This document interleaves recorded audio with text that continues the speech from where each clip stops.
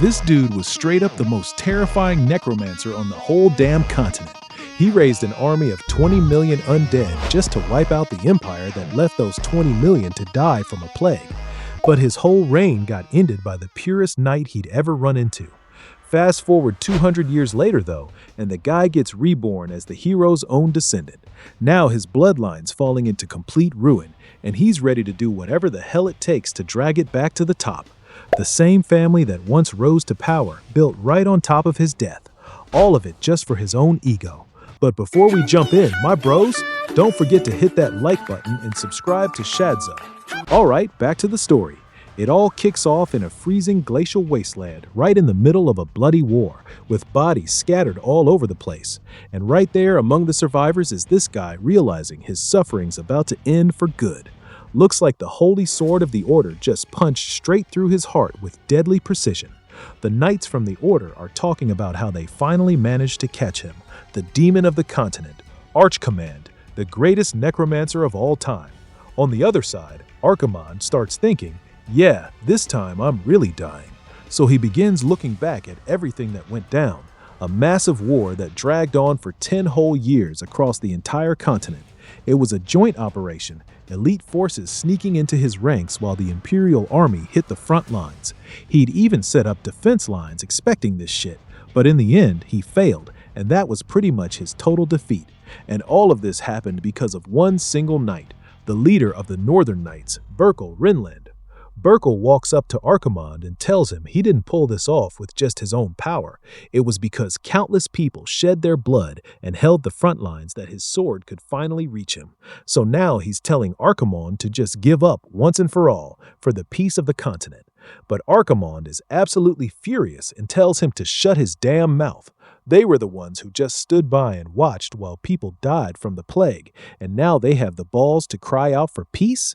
He shouts that they're worse than animals, that every last one of those so-called knights are nothing but disgusting hypocrites, and he swears he's gonna kill every single human being with his own bare hands. So he starts unleashing his maximum power, which honestly scares the shit out of the other knights. They realize he's trying to use necromancy even in this near-death state. One of the knights in the back warns Burkle that it's dangerous. If they don't kill Archimonde right now, things are going to go really bad. But the leader just says, enough is enough. He tells the necromancer it was 20 million. 20 million people fell to the plague, and he used necromancy to turn them into his army. And he points out that this was the spark that started the whole war. Archimonde shoots back saying that's total nonsense. He asks if Burkle really thinks he doesn't already know that. He even taunts him, saying people from Burkle's own hometown must be among those 20 million. So the only thing he really wants is revenge, right? Archimonde asks if he's wrong, but Burkle just gets dead serious. He says he's only got one reason to fight, strictly for the future of the children. And that immediately leaves the necromancer in total shock, asking what the hell he means. At that exact moment, his body freezes up instantly. He hears Burkle say that he has to leave his choices, his convictions, and his hope for the children. The necromancer starts reflecting on his own defeated self, staring into the eyes of a pure knight, a gaze totally different from his own. Then once again, Burkle repeats it, saying he fights for the descendants of the next generation. That's his true reason. Finally, Archimonde's elemental barrier shatters, and he just drops to his knees on the ground. He tells Burkle he can kill him now, but what surprises everyone is that Burkle simply drops his sword. The knights in the back start begging him to wait, because if he tosses aside the holy sword like that, he could end up dying by mistake. But Burkle just walks right up to Archimonde. The necromancer still warns him that he won't die so easily, but right after that, his head is completely severed. In his final moments, he keeps staring at Burkle that night with a pure heart. Burkle's squad finally celebrates that Archcommand is dead, and amidst those cheers, the necromancer's final thought is the sound of his own head hitting the ground. And just like that, that was the end of the Great 10-Year War, and also the end of the demon of the continent, Archcommand the Great Necromancer. Some time passes. On a dark, stormy night inside a massive mansion, some maids are looking pretty damn happy. They're asking each other if they really just saw the young master's lips actually move. But little did they know that inside the mind of that little baby was the greatest villain of the continent himself. The two maids, totally clueless, call him Young Master Clean. They show the baby a portrait of the Duchess, who's actually his mother, and ask him to try saying mommy. Inside his head, the protagonist realizes his body feels super heavy, but the maids just keep insisting for him to speak. And finally, when he opens his mouth to say something, he lets out a huge baby scream, yelling, "Oh, guardians of the darkness, minions and soldiers, I, Archimonde, summon you, and you must now obey my command," which immediately makes the two maids shake in their boots and start screaming in absolute terror right after. So, 15 years have passed since that catastrophic scene, and once again, the very same maids are completely mesmerized by the young master. They're talking about that face, that hair, saying he's truly a masterpiece of God, our young master Cline. They're getting really emotional, saying he looks incredibly handsome today, simply dazzling. One of them even asks the young master what he eats to be so damn good-looking. But right before the protagonist could say anything, he literally gets a bucket of cold water dumped on his head. A massive guy suddenly appears behind him, ordering the evil spirit to back the hell off. Then the guy mentions it's pretty weird, because just a second ago the kid had the exact expression of Archimonde. This brute is Garrison Berkman, a priest from the Holy Order. He goes on to say that 3 more people have already been possessed, but luckily the purification wasn't too late for him. But our boy tells him it can't be easy saying so much nonsense with that much confidence. He asks if Garrison doesn't ever get tired of this so-called purification ritual or whatever garbage he's been pulling for years. But Garrison says it's not garbage. The soul of Archimonde still lingers in the young master's body, so this wicked soul needs to be purified periodically. Our boy insists that he is not Archimonde, but Garrison just points out that the demon's expression is back again. Our guy starts thinking this priest is definitely a complete lunatic and slowly starts backing away, not wanting to draw more attention. But obviously the priest is super attentive and orders his goons to grab our boy. He declares that for the crime of insolence, they're going to give him a freezing holy water bath without any clothes on. Our boy begs him to stop shouting, that he's already said 1,000 times he isn't Archimonde and that his name is Cline. And basically, this was the kind of life Cline, or rather Archimonde, has been living for 15 whole years. He really didn't expect things to end up like this, because he knows for a fact that he died that day. He's absolutely certain his head got chopped off, but when he mysteriously opened his eyes again, he was stuck in the body of a baby. And out of all the things he could have said, the very first words he yelled were an Archimonde necromancy chant. So thanks to that, he got treated like an evil spirit and locked up in a monastery as soon as he turned 3. And after a while, he ended up meeting this guy who claims to be a priest of the Holy Order. Our protagonist unfortunately had no idea that this would be the beginning of his personal disaster. Things like Garrison's great 24-hour prayer song, Garrison's freezing garlic bath, Garrison's purification fireworks show. He had to go through all sorts of torture in the name of a purification ritual, and even when he cried for help, nobody came to save him. And now, 5 years later, our completely defeated boy is wearing a little party hat on his head. Meanwhile, his personal maid right next to him says she hopes young Master Klein lives like a hero's descendant and soon becomes a healthy member of the family. This girl is Klein's personal maid, Arin, and she prays to the Holy Spirit through holy prayer for him to be purified. But our boy, totally pissed off, grabs that party hat and throws it on the ground immediately, which makes Arin look super sad as she tells him she actually made that hat herself. Instantly, our guy realizes he screwed up. He was way too emotional just now and thinks she must have worked really hard to make it with those tiny little hands of hers. So he apologizes to Aaron, saying he crossed the line. But just as he reaches down to pick up the hat, Aaron mentions that actually Father Garrison was the one who knitted it, which instantly paralyzes our boy. He grabs the hat, completely furious, and right as he turns around to set it on fire, Garrison mysteriously appears right in front of him, calling him young Master Klein. Getting super emotional, the priest says he really didn't expect him to wear the hat he spent a week knitting with so much vigor. He's genuinely touched by the scene, but our protagonist looks right in his face and tells him he's never wearing that shit in his life, then destroys the hat completely. Right on cue, the priest yells that the wicked soul of Archimonde has appeared, but our boy just shouts back, "Archimonde, my ass!" While they were arguing, someone walks into the room, bowing to Father Garrison, and asks if his purification ritual is over. This guy is the captain of the Red Carriage Knights, Dunkel. He mentions that the rumors about young Master Klein being Archimonde have been going around for over 10 years now, and the Order has stated there are no more problems. This really surprises both of them, and Garrison quickly changes his tune, saying, "Of course, Captain Dunley," telling him he can take all the time he needs. Seeing this, Klein thinks to himself that this psychopath doesn't even pretend to listen when he speaks, but is always kissing up to the Knight Captain. He figures this guy Garrison really knows how society works. At that moment, Garrison turns around and says he'll be taking his leave now. But just as a precaution, just in case something happens, the next purification ritual will be on Friday, so he needs to wash up and wait, keeping his body and mind very pure. Our boy just tells the psychopath to get the hell out. Finally, with Garrison gone, Klein is completely fed up. He asks if a cleric can really just torture people like this for 5 years straight. He wonders if that guy is even a real priest, because he looks more like some kind of muscular demon. The innocent maid Aaron goes up to our protagonist and asks if he's really not Archimonde anymore. Our boy answers that, yeah, definitely not. He doesn't even want to hear that name anymore. But in reality, he knows that if he actually said he was Archimonde, who knows what kind of torture he'd face.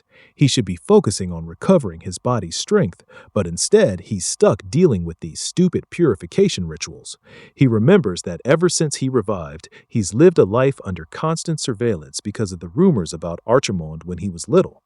That's why he had to be locked up in a monastery for 7 whole years. He's really outraged by it all. He thought he had finally returned to the duchy, but now this priest tagged along with him. On the flip side, Captain Dunkel explains that Garrison might look like that, but he's actually a prosecutor, and there's definitely a reason he's here. The innocent Aaron asks what he means by a prosecutor. What is that? Is he someone important?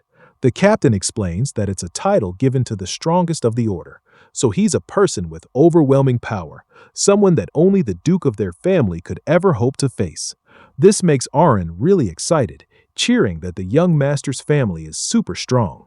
The captain says, yeah, of course they are, but she wants to know something that makes her really curious.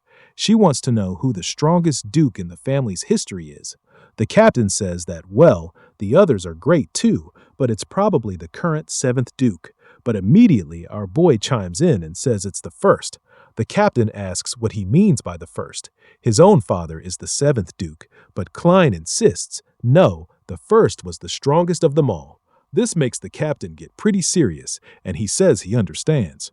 Aaron turns to him and asks if he saw that. The young master really likes the first duke the best, since he's been staring at that painting this whole time, but Klein thinks to himself that liking him is a bit much.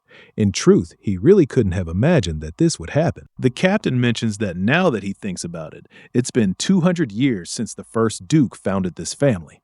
Our protagonist thinks about those 200 years. He still can't really believe it, but he figures he'll have to accept it sooner or later, that he, Archimonde, the great necromancer, would now be over 200 years old. And yet 7 generations of dukes have passed, and that so-called first duke of the family, the one he believes is the strongest, is none other than Berkel Rinland, the former leader of the Knight Order. And simply put, this is the beginning of the new Archimonde, where he was reborn as a descendant of the man who killed him. But the very next day, our boy was having a nightmare about the exact day of his death. The moment Berkel Rinland said he had to kill him for the future of the children. As soon as he woke up from the nightmare, completely spooked, he mutters to himself that he had a crappy dream. Then he starts to remember who he really is. Archimonde, a legendary necromancer once feared as the demon of the continent. Even though that's in the past now, he remembers losing control in a fit of rage and nearly destroying the entire continent, ultimately dying at the hands of the Knight of the North, Berkel Rinland. But when he opened his eyes again, 200 years had passed. He was reborn as a direct descendant of that bastard, and to top it all off, with all his memories perfectly intact. The only thing he really can't get used to is this stupid white hair. While he was talking to himself, Garrison walks into his room, commenting that young Master Klein talked quite a bit in his sleep. The priest suspiciously asks if he was dreaming about his days as Archimond again. Our boy just thinks about how much of a psychopath Garrison is, a lunatic who treats him like he's actually Archimond and has tortured him for years. He knows that for now he needs to pretend as much as possible that he isn't the necromancer in front of this guy. So looking a bit nervous, he plays it off, saying he's actually just been really tired lately. But incredibly, who comes crawling out from under his bed is the maid Arin.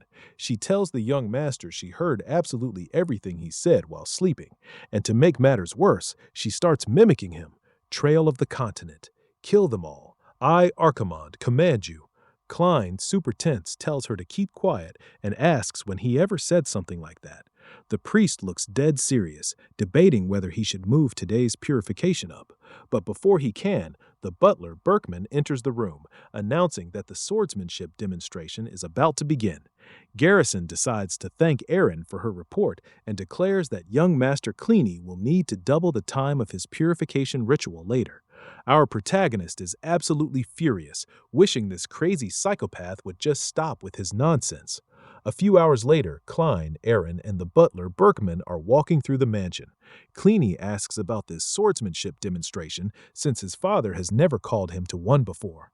The butler explains that the Duke himself gave orders for his attendance this time, and it seems the people from the branch families have also arrived.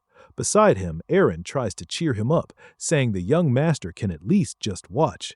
In response, our guy rips open a little bag and pulls out a cookie for her.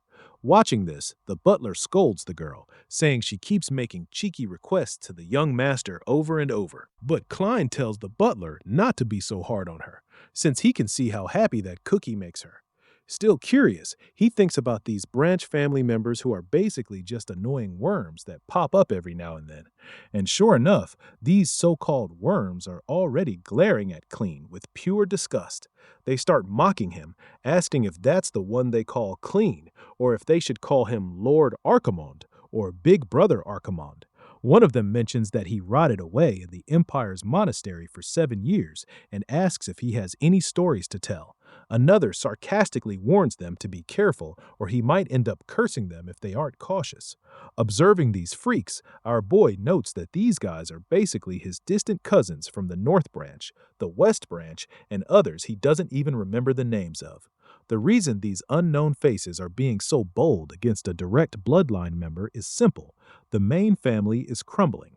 Ignoring the insults, Klein turns his attention to the arena where a huge duel between two young knights is taking place. The blue-haired one, Dalton, insults the blonde kid, calling him a little bastard and demanding he take the fight seriously. The blonde kid, Dele, without breaking a sweat, just apologizes to Dalton and says the fight is already over. Dalton gets furious and tells him to shut his mouth. Watching from above, Klein thinks that if there's any hope left for his family, it's him, the eldest son of the Rhineland family, a promising prodigy, and his half-brother, Dele Rhinland. It's highly likely that this swordsman family's reputation is only being maintained thanks to Dele's talent. Mid-fight, Dalton yells that it's going to be different this time. Klein keeps tracking every single movement. Suddenly, something sparks in his eyes. He realizes this is the very first time he's actually watching a sword fight since being reborn as Klein. Mysteriously, he begins to absorb all the sword movements. He can see the footwork, the response time, the exact moment to push off the ground, and even the flow of mana. He sees it all crystal clear and knows this is the Rhinland family's secret technique, the meteor sword. In a flash, Dele dodges the strike, appears right behind Dalton, and sends his opponent's sword flying, defeating him and ending the duel. The branch family members are shocked, completely impressed that he successfully pulled off the meteor sword in front of so many people. They quickly realize this is a warning, showing them that the main Rhineland bloodline is still going strong.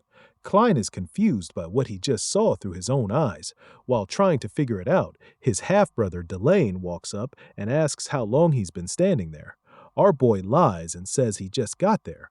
Delay smiles and says he should have told him he was coming because he would have tried harder if he knew his brother was watching.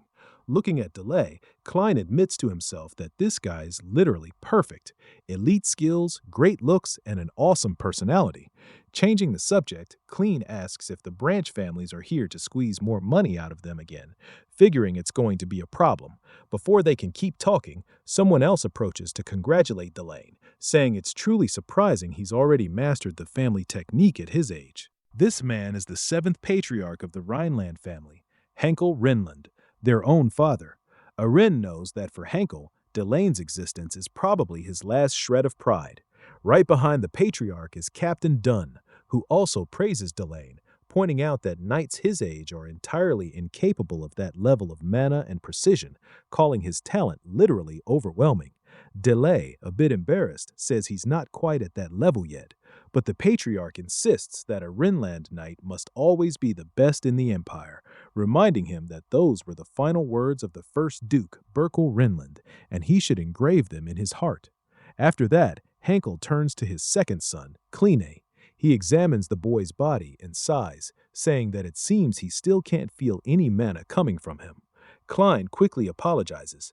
Deep down, he knows his so-called father is someone who only gets angry and demands things when there are expectations, and since his potential is gone, the old man just sees him as a useless burden. The captain tries to defend the boy, explaining that young Master Klein spent the most crucial years for a swordsman locked up in a monastery, making his situation very complicated. Even so, the Branch family starts gossiping. They whisper about how the second son really has no mana, wondering if he even has the strength to protect the family, and pointing out how completely different he is from his brother. Trying to brush it off, Henkel tells Klein that it's okay, and there are many other paths besides the sword. But in Klein's mind, fury is taking over. He honestly doesn't care about the insults aimed at him. But hearing things like the Rhinland family is on its last legs pisses him off to no end. He remembers that the bastard Berkel risked his life for these people, and seeing them act like complete mediocre idiots is infuriating. After a quick chat, the three of them leave, leaving our boy all alone. Right behind Clean, Dalton Conwell, the arrogant kid who just lost, walks up. Dalton taunts him, asking if the young master really doesn't know how to use a sword, claiming that he's nothing but a disgrace to the direct bloodline. Clean immediately claps back. He casually suggests that seducing girls backstage at balls must be his family's point of pride. Then Dalton gets completely furious and asks how he knows about that. Our boy calls him naive or just plain stupid, asking if he really thought rumors wouldn't spread just because he solved the situation with money. Totally losing it, Dalton charges at him. Our proto just calmly takes a step to the side, sticks his foot out, and makes Dalton fall flat on his face, completely humiliating him. Klein starts walking away, telling him to stop taking his anger out on him just because Delay crushed him. Furious and embarrassed on the ground, Dalton screams that Klein is just a bastard who doesn't even know who his own mother is. This instantly triggers our proto. He's deeply pissed, not because of the mother he doesn't even know, but because of this cheap sense of superiority aimed at the direct bloodline. He wonders why the hell the family of the continent's hero has fallen so low. Before a real fight could break out, Captain Dunley appears, saying enough is enough, and warns Dalton that he won't just stand by and watch his insolence. The kid storms off, yelling that Klein is lucky his guard dog saved him. But little did he know, this was the final straw for our proto. Klein stares at the captain's sword and asks Dunley if he happens to have a spare one on him. Later that same night, deep in the dark forest, standing in front of a massive rock, Dunland hands over the sword he asked for, but questions why he needs a blade at this hour. Our boy replies that he wants to test something out. He mentions the moves Delay was doing earlier, and Dunland asks if he's talking about the meteor sword. The proto confirms, saying he has something to check, and tells the captain to step aside. Dunland steps back, thinking to himself that Klein still holds deep, lingering regrets about the path of the sword. He knows that unfortunately the young master's body has no mana, meaning he can't become a knight, let alone copy the meteor sword, which was created by the first Duke himself. But inside the mind of Clean, Archcommand, the scene he absorbed in the arena was strangely vivid. The footwork, the timing of the dash, the trajectory of the blade, and the constant flow of mana. He remembered it all. The exact moment he opens his eyes, the entire atmosphere around him shifts. Feeling that overwhelming presence and power, Dunland snaps his head around in shock, wondering what the hell is going on and where that energy is coming from. When the captain looks, he's left in absolute awe. Our matherless boy just flawlessly executed the meteor sword, delivering a clean, dry slash that cleaved the massive rock right down the middle. It proves without a doubt that he holds terrifying power with a blade. Completely stunned, Dunland rushes over and asks how on earth he managed to do that. And Clean, even more lost than he is, just replies that he has no idea how he did it, but it somehow worked. The next day, the maid, Arin, is extremely nervous about the situation, asking what is going on. Meanwhile, the priest himself wonders what that is and comments to Arin that it can't be real. Now he can hold his breath underwater for over a minute.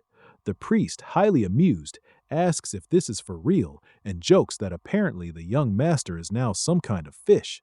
The priest then suggests, since he's a fish, how about they do the next purification ritual inside an aquarium? The moment our protagonist surfaces, he is furious.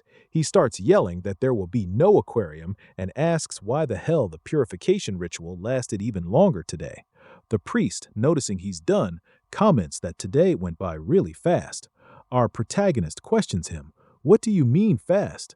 The priest explains that he felt a sinister energy coming from the young master's room today.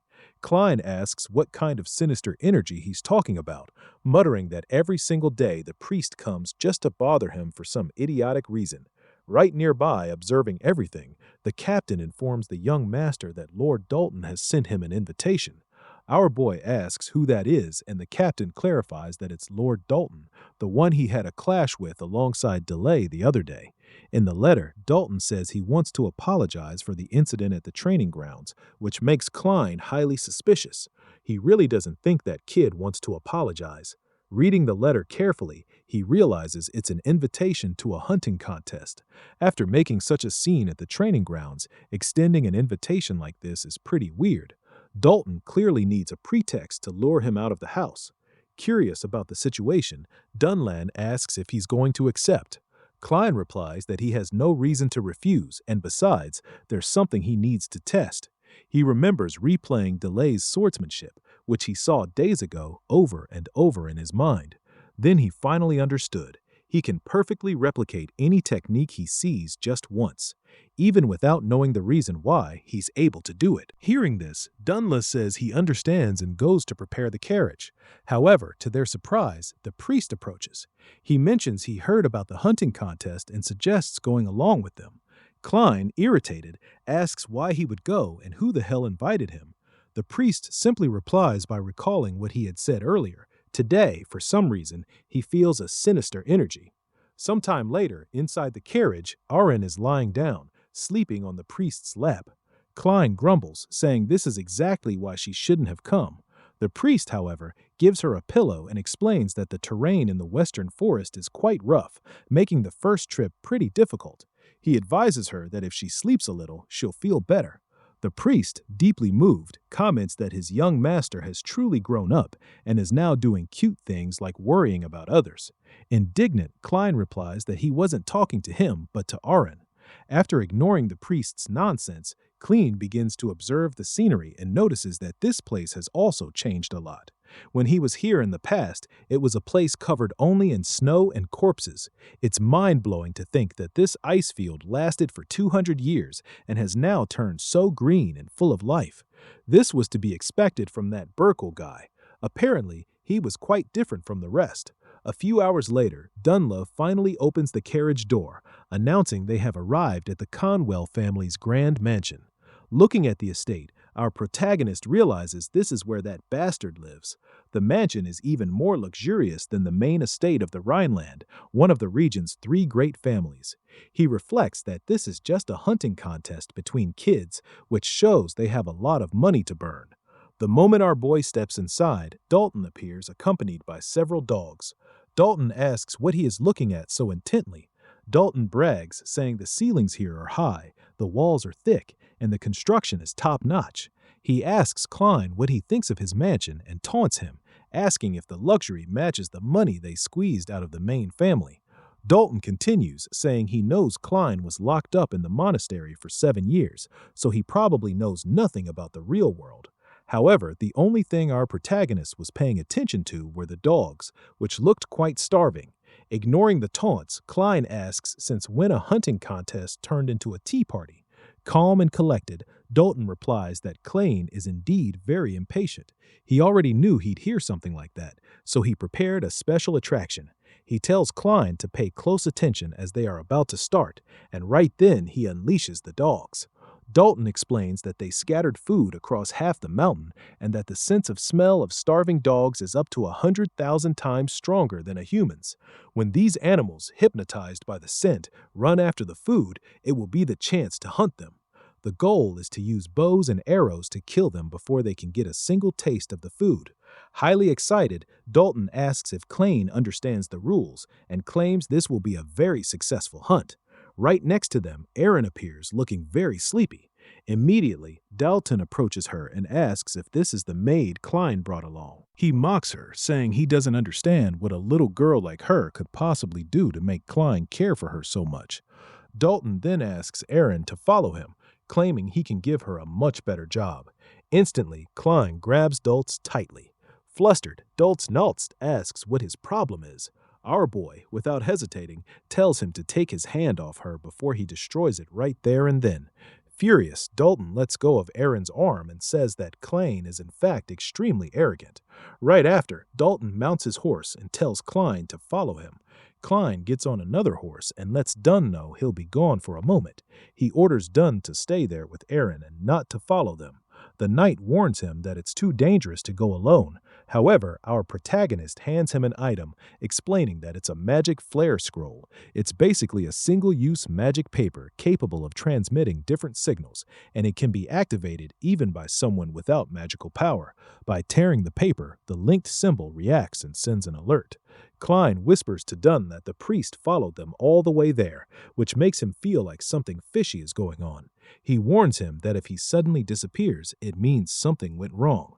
Worried, Dunn asks what he means by went wrong. Klein confirms that's exactly it. If the priest vanishes out of nowhere, Dunn must tear the paper immediately, and then the link symbol will appear on the back of his hand. Right after, Klein rides off, saying he's counting on Dunn. A few hours later, our protagonist continues riding, tracking, and looking for Dalton. He figures his opponent couldn't have gone that far, and if he follows the forest trail, he'll catch up to him. Finally, he reaches his destination. Dalton greets him by saying he finally arrived and mocks him by asking if he didn't take too long. The guy is surrounded by several dogs lying on the ground, apparently killed during the hunt. Klein gets off his horse, glares at Dalton, and asks what he's trying to do and what kind of shit this is. Dalton replies that this is the grand finale of today's competition, because the final prey he's going to hunt is Klein himself. Our boy asks in a challenging tone if he really plans on killing him. Dalton confirms it. He plans to cut off Klein's head and toss it to Delane. Dalton says that after that he will tell Delay that the Rhineland family is truly a joke, just an empty shell with no power or authority. He guarantees they won't even have a chance to fight back in the end. As soon as Dalton gives the signal, several mercenaries appear surrounding the area. Dalton continues his monologue, stating that ultimately the title of Duke will end up belonging to his branch family. He says Klein should regret being born into such a stupid family and sneers. Oh, that's right. Tomorrow everyone will be saying that the young master of the Rhineland, the declining clan of northern swordsmen, died as dog food. And once again, Dalton pushes his luck, provoking the reincarnation of Archimon to the absolute limit. At that moment, our boy remembers Burkle's words about the future of some children, and he simply bursts into a sadistic, uncontrollable laughter, terrifying everyone. In the midst of that bizarre laughter, Dalton asks what's so funny and wonders if Klein has gone insane. But in a split second, Klein's face completely flips. He coldly goes, "Dalton, you're just some damn insect who crawled out without knowing his place." The murderous pressure he lets out instantly freaks Dalton the hell out. Our guy keeps going, saying the Rhineland family was built with the cost of his own death back in the day, and yet this idiot still dares to insult and humiliate it. Right then, Klein starts pouring out his full power until the sky itself turns blood red. Dalton's completely shocked and asks if that's magic, but then realizes it can't be. Klein theoretically doesn't have any magical power. Klein just smirks and replies, "Nah, it isn't magic. It's what they call demonic energy." Instantly, Dalton and the mercenaries freak out, going, "What the hell is happening? Who the fuck is this guy?" Remembering the old legends, Dalton stammers, Did you just say demonic energy?" Without answering, our boy starts his chant. He recites that he summons the ancient evil spirits buried by time, saying he'll raise them from the shadows and make them descend into the light. From that moment on, he commands again in his own name, "Devour, devour, and keep on devouring." Terrified, Dalton screams that this can't be real and calls him by his true name, Archimond. Meanwhile, our protagonist just lets out this dark little chuckle. Then he gives the final order to his evil spirits. Until those wandering souls disappear completely, they must devour absolutely everything, leave not a single trace behind. Right after Klein says that, he starts recalling something he thought he'd forgotten. But honestly, he almost did forget. 200 years have passed, and 200 years feel like distant, fleeting days. Yet he can still feel it, still remember it clearly. Countless voices echoing in the darkness, the voices of the dead calling out to him. He instantly remembers that sensation, that resonance, that vibration, that afterimage, that memory. It's this wave of nostalgia that hits him all over again. Back in reality, Dalton's screaming that this can't be true, demanding to know how the hell he could actually be Archimond. Our protagonist stays super calm and just replies, "Yeah, they did used to call me by that name." The mercenaries behind him start going, "What do you mean, Archimond? Wasn't that just some rumor?" Besides, those things behind him really do look like skeletons. After staring at each other for a second, they all burst out laughing, wondering what kind of joke this is. They go, "They're just a bunch of worthless skull fragments. After all that posturing, this trash is all he's got to show for it?" But our guy, dead serious, questions them. Trash? Dalton asserts that of course it's trash, bragging that he's personally destroyed hundreds of these skeletons on his missions. Next to him, a curious mercenary asks why they look like that and if those black things are bones. Another just shrugs. Who cares? Each of us can take a bone as a souvenir. Dalton orders the front line to deal with the ones blocking the way while the rest clear a path. Then he orders the archers to attack. "Fire!" he yells, and the arrows launch toward our protagonist and his skeleton troop. A hail of arrows rains down on him, but Klein just stands there calm and completely untouched, like nothing's even happening. He faces the arrows like they're nothing. With a smirk on his face, Dalton mocks him, saying, "Poor little Klein. The kid's gonna get crushed by those arrows until he turns into mincemeat." But at the very last second, Dalton notices something weird. The skeletons are moving. They surge forward to protect our guy. With their shields, they block the whole rain of arrows while Klein just flashes this arrogant little smile. He goes, 200 years is a long-ass time, and apparently nobody recognizes these warriors anymore. The mercenaries are completely terrified, going, "Where the hell did those shields even come from?" Our boy replies, "Yeah, you'd be confused if these were just ordinary skeletons." Highly freaked out, the enemies ask what kind of abominations these things even are, and Klein warns them that his skeletons are very different. Mentally, he asks his old acquaintance Burkill to take a good look at this as he commands his army and deactivates the front-line defensive formation. Klein keeps thinking about the future of the North that Burkill protected even after death, and about those assholes who ridiculed and insulted him.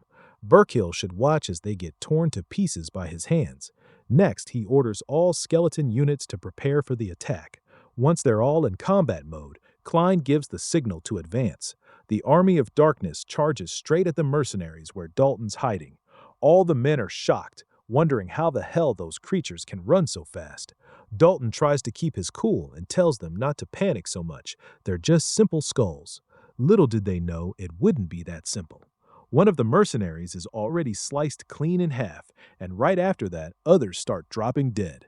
Dalton screams at them not to freeze up, asking what the hell they're doing and demanding they hold the defensive line. On the other side, our protagonist orders the second-line crossbowmen to surround them and lock onto their targets. Right up in the trees, the skeleton archers get ready to attack. Not understanding what's happening, the mercenaries fall into full-blown panic. Apparently, the enemy also has ranged attack units, which is completely fucking absurd to them. At Klein's signal to open fire, the bone arrows shoot out. Several mercenaries who never noticed the ambush die instantly without even knowing where the strike came from. Among the bodies, Dalton is trembling with fear, thinking this is absolutely impossible. He can't accept it. This can't be happening. These are definitely not the type of skeletons he knows. He realizes that if they keep going like this, they're going to get completely annihilated in no time. So he orders the mercenaries to drop their crossbows, stop reloading, and switch to close-quarters combat. Obviously, the mercenaries can't hear him too well in the middle of all the chaos and the sound of clashing blades. Trying to convince himself, Dalton mutters that these creatures are just damn undead that aren't worth shit. Right after he manages to slice the head off one of them, Dalton gets excited and celebrates. It was exactly like he thought. Aim for the head and they die. But little did he know he'd get attacked the very next second. He only manages to dodge the strike by a hair. Confused as hell, he wonders what's going on since he clearly just ripped the monster's head off. On the other side of the battlefield, our protagonist casually comments that people usually think if you cut off their heads, skeletons won't get back up. But he already warned them his skeletons are very different. Basically, the headless skeleton just walks forward, crouches down, picks up its own head, and plops it right back on its neck. Only Klein knows that this is the exact reason why he, under the name of Archimonde, was able to devastate the whole damn continent in the past. Meanwhile, Dalton, completely in shock, just stares as the creature puts its own head right back on its body with its bare hands. Only Klein understands that spirits summoned with his dark energy don't die easily. And on top of that, they all follow orders and pull off tactics perfectly. Watching the bizarre scene, the mercenaries are going, "What the hell are those monsters? Why do they keep coming back to life non-stop?" Our boy checks the situation and thinks that with his current body, this number of warriors is pretty much his limit for now. He glares at all of them and asks with this sadistic little smile, "So, can you guys keep going now?" Which leaves the survivors even more terrified. Meanwhile, back at the Conwell mansion, Erin asks the priest if the story is true and if the young master really did that. The priest replies that it certainly is, and that this is the story from when the young master was still at the monastery. Highly amused, she comments that just picturing the scene makes her want to laugh. The priest notices and points out that apparently Miss Arin really likes the young master. She replies in the cutest way, "Of course I do. The young master is a very nice, kind, and sweet person, and he always has plenty of cookies for me." She confesses that she thinks of him as the warmest-hearted person in the whole world. Little did the poor girl know that at this exact moment, he's out there committing a massive massacre in the forest. Back to the fight, Dalton takes down another skeleton, or at least cuts its head off for the time being. But right after, the thing regenerates. Exhausted, furious, and pissed off, Dalton grumbles that if he could just stop their regeneration somehow, the whole situation would be way better. Finally, he glares at Klein from afar and gets an idea. If he wants to eliminate the summons, what he needs to do is eliminate the summoner himself. He starts screaming that playtime's over and that it doesn't matter if the enemies are dead or alive. If Klein dies, it all ends. So in pure desperation, he orders the death of our protagonist. But little did Dalton know that everything had already been calculated by Klein from the very beginning, because our guy, for some unknown reason, can anticipate every single move with his ability. By recalling a technique he only saw once, he can imitate it perfectly. In total shock when he sees the combat stance, Dalton recognizes the technique. It's Delane's, the secret skill of the Rhineland family, the meteor sword, and it's used against him once more, taking him down in the blink of an eye. Appearing out of thin air right behind Dalton, our boy warns him not to think he's going to die that easily, because his true judgment is only just beginning.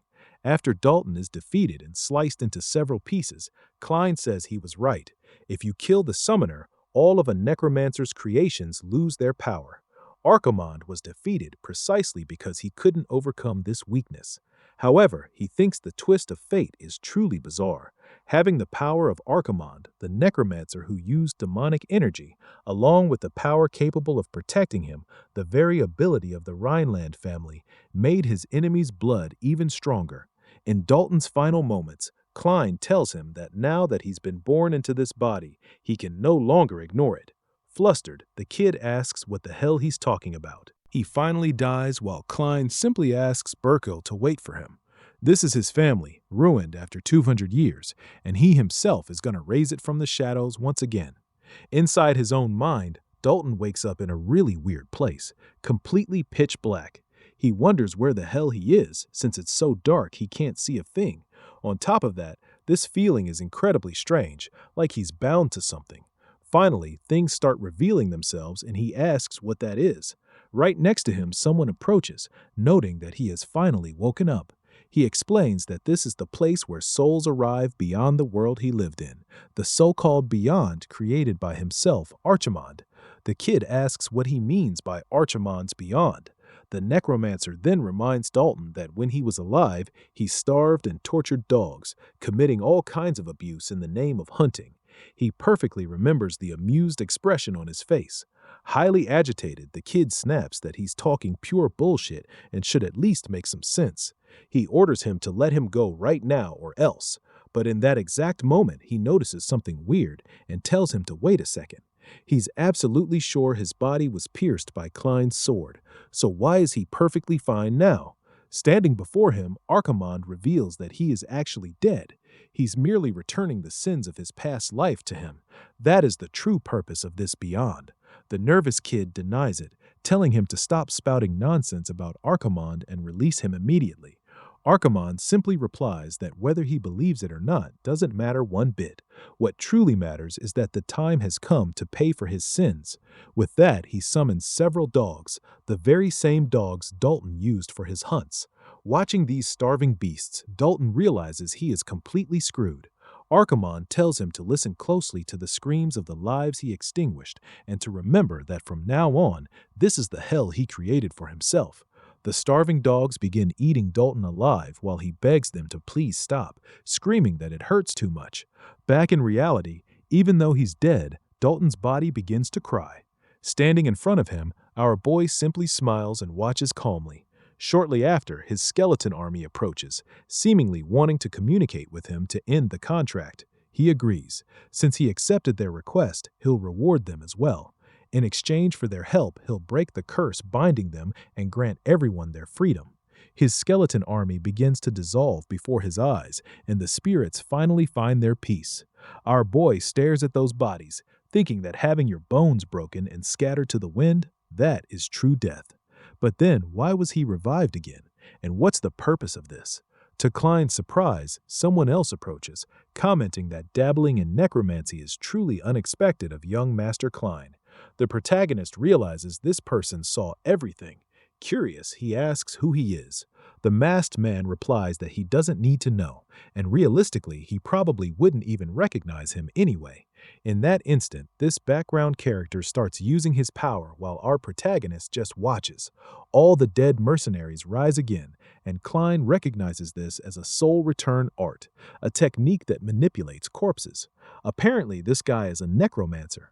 The necromancer excitedly declares that Dalton failed, but the corpses will still be quite useful. Meanwhile, back at the mansion, a very happy Aaron goes up to Dunn and asks if he wants to hear some of the young master's childhood stories, saying they're hilarious. He tells her he'll listen to them later. His eyes are fixed on the magic flare scroll. He wonders why the young master would carry an item only used for emergencies. Furthermore, it's been 3 hours since he and Lord Dalton entered the forest, and there's still no news. He has a terrible gut feeling about this.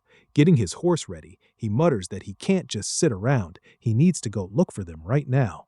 At that moment, a few of the household knights approach and ask Sir Dunn to wait a moment. They tell him he can't abandon his post while the hunting contest is still ongoing, suggesting he wait a little longer. The captain glares at them dead serious, recognizing the Conwell family crest on their armor. Since they're Dalton's guards, they probably have some hidden motives. He declares that he is the captain of the exclusive Knights of the Rhineland family and the guardian knight of young Master Klein. If they continue to interfere, he won't let it slide. He asks if he made himself perfectly clear, and the two terrified men quickly say, "Yes, sir." Right beside him, Erin asks if something happened. The captain tells her to listen closely. The young master is taking too long, so he's going to look for him immediately. Because of this, Miss Erin should head back to the mansion with the priest. However, Erin mentions that the priest just left as well. This completely surprises Dunn, who asks when he did that and why she didn't say anything. She simply replies that he had a very serious expression on his face, so she didn't want to bother him, adding that he mumbled something about a sinister presence. This makes the captain even more worried, cursing that damn priest in his mind. He then remembers Klein's warning about being followed and the order to tear the scroll immediately if he disappeared. He realizes things have gone south, and this is definitely no coincidence. He mounts his horse and tears the magic scroll, convinced that something has definitely happened to the young master and that he must get there as fast as possible. Now back to Klein facing the necromancer. The boy thinks to himself that after the recent fight, all his demonic energy is depleted and he can't use necromancy for the time being. But the necromancer in front of him starts laughing while our boy knows he won't be able to last much longer in this body. The necromancer orders his army to move out and eliminate young Master Klein. All the mercenaries slowly march toward our protagonist while he asks if this happens to be a soul return art. It seems they think they can kill him by using the same kind of necromancy. Just then he feels the signal on the palm of his hand and realizes that the priest is approaching. He tells the necromancer that he is definitely screwed now. Surprised, the necromancer asks what he means. The very next second, an overwhelming presence descends from the sky, crushing the undead with a single sound. Priest Garrison in his chant, "O light, grant rest to the dead." His monstrous strike defeats several of them at once. He turns to Klein and tells him he can now rest easy. Watching this in utter shock, the necromancer asks who he is. Little did he know that Garrison is an agent of the Holy Church, and now that Garrison Berkman has joined the fight, this necromancer is completely screwed. It is said that the agents are 3 human weapons who absolutely follow the Pope's orders. They're the Order's most powerful force, and the only ones capable of wielding the sacred weapons left by the Holy Grail. They say the power of each one is comparable to that of a fortress, so now this little necromancer is seeing firsthand the power of a sacred relic. Among them, the one who holds the title of the strongest by pure brute force is now standing right in front of Klein, Garrison Berkman. Once again, the undead army charges at Garrison, clearly wanting to kill him, but he just defeats them with his sacred relic, which looks like a Bible. He states that he's speaking as a sinner, that he must seek and pray, for this will grant him the baptism of fire and atone for his sins. That is true mercy. He walks past each of the undead and crushes their heads with the Bible in his hand, or maybe just some holy book, since it isn't explained very well. Garrison declares that this is judgment. Watching from behind, the necromancer thinks this is pure madness and wonders why the hell an agent of the Order is even here. Besides, what the hell is that power? After his army is completely wiped out, the two lock eyes. The necromancer starts muttering that this sucks. They didn't say this would happen here, and he knows defeating someone like him is impossible. Unfortunately for him, Garrison grabs him and asks where he thinks he's going. The kid just begs him to stop and wait a minute so they can talk. Without a second thought, Garrison replies that the prayer isn't over yet. He tells him he should be grateful this judgment didn't fall upon him, and in the name of the light, grants him mercy by exploding the kid's head with his bare hands. All that remains of his skull is a single eye slowly bouncing toward our protagonist. Right after, Garrison walks up to him. Klein knows the priest only took a single step and moved forward without looking back. But with his mere presence and the sheer air pressure, over 20 bodies were blown to pieces. Garrison, his hand covered in blood, reaches toward Klein's head and mentions he felt a sinister necromancer aura and came running immediately. This leaves our boy in total shock. With a slight smile, Garrison says that while he's very curious about something, the energy he felt didn't seem to belong to that guy. Our protagonist realizes this brute bastard is actually pretty damn smart. He knows that if he makes a single mistake right now, no matter how small, the priest will kill him on the spot. But to save the day, Dunlay finally appears, asking if Klein is all right. Our boy is surprised but happy to see him. This time he really saved the day.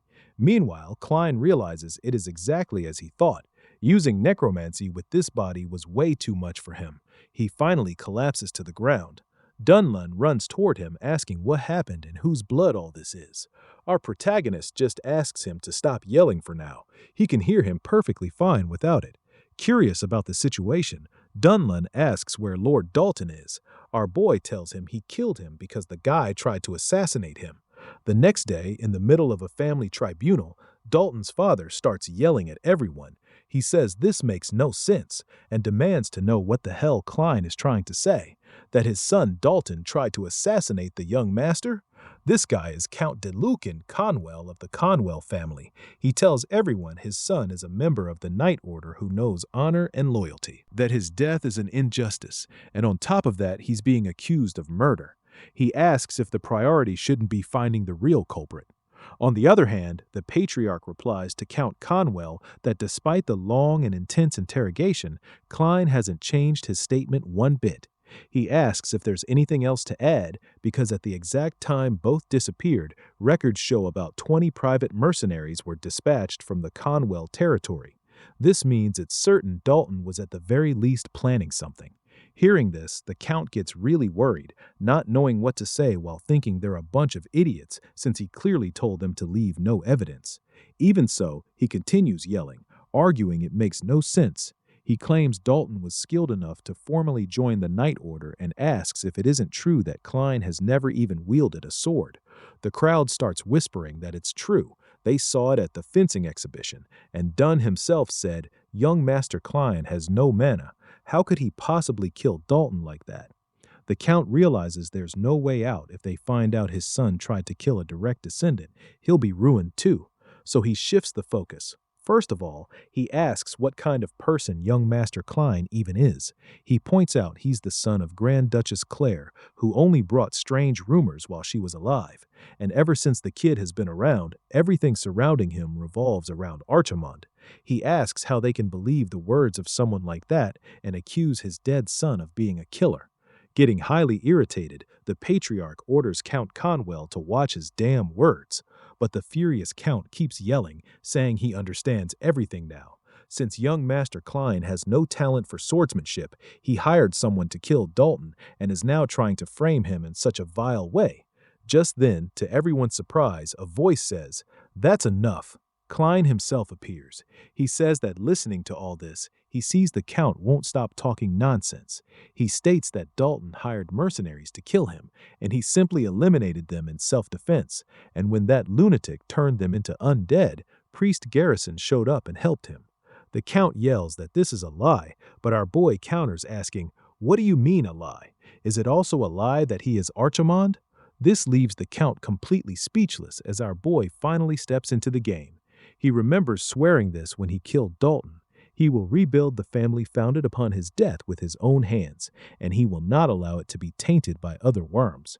And first, those from the branch families who dared to touch him will pay the price in blood. Right then, someone knocks on the door. The girl from before enters, apologizing for the delay. She announces that the captain of the Blue Holy Lance Knights, Leia, has just arrived. Our boy finally remembers her name as Leia, recalling she was also at the fencing exhibition. Everyone wonders what she's doing there since this is a matter unrelated to the Fall Wyvern family.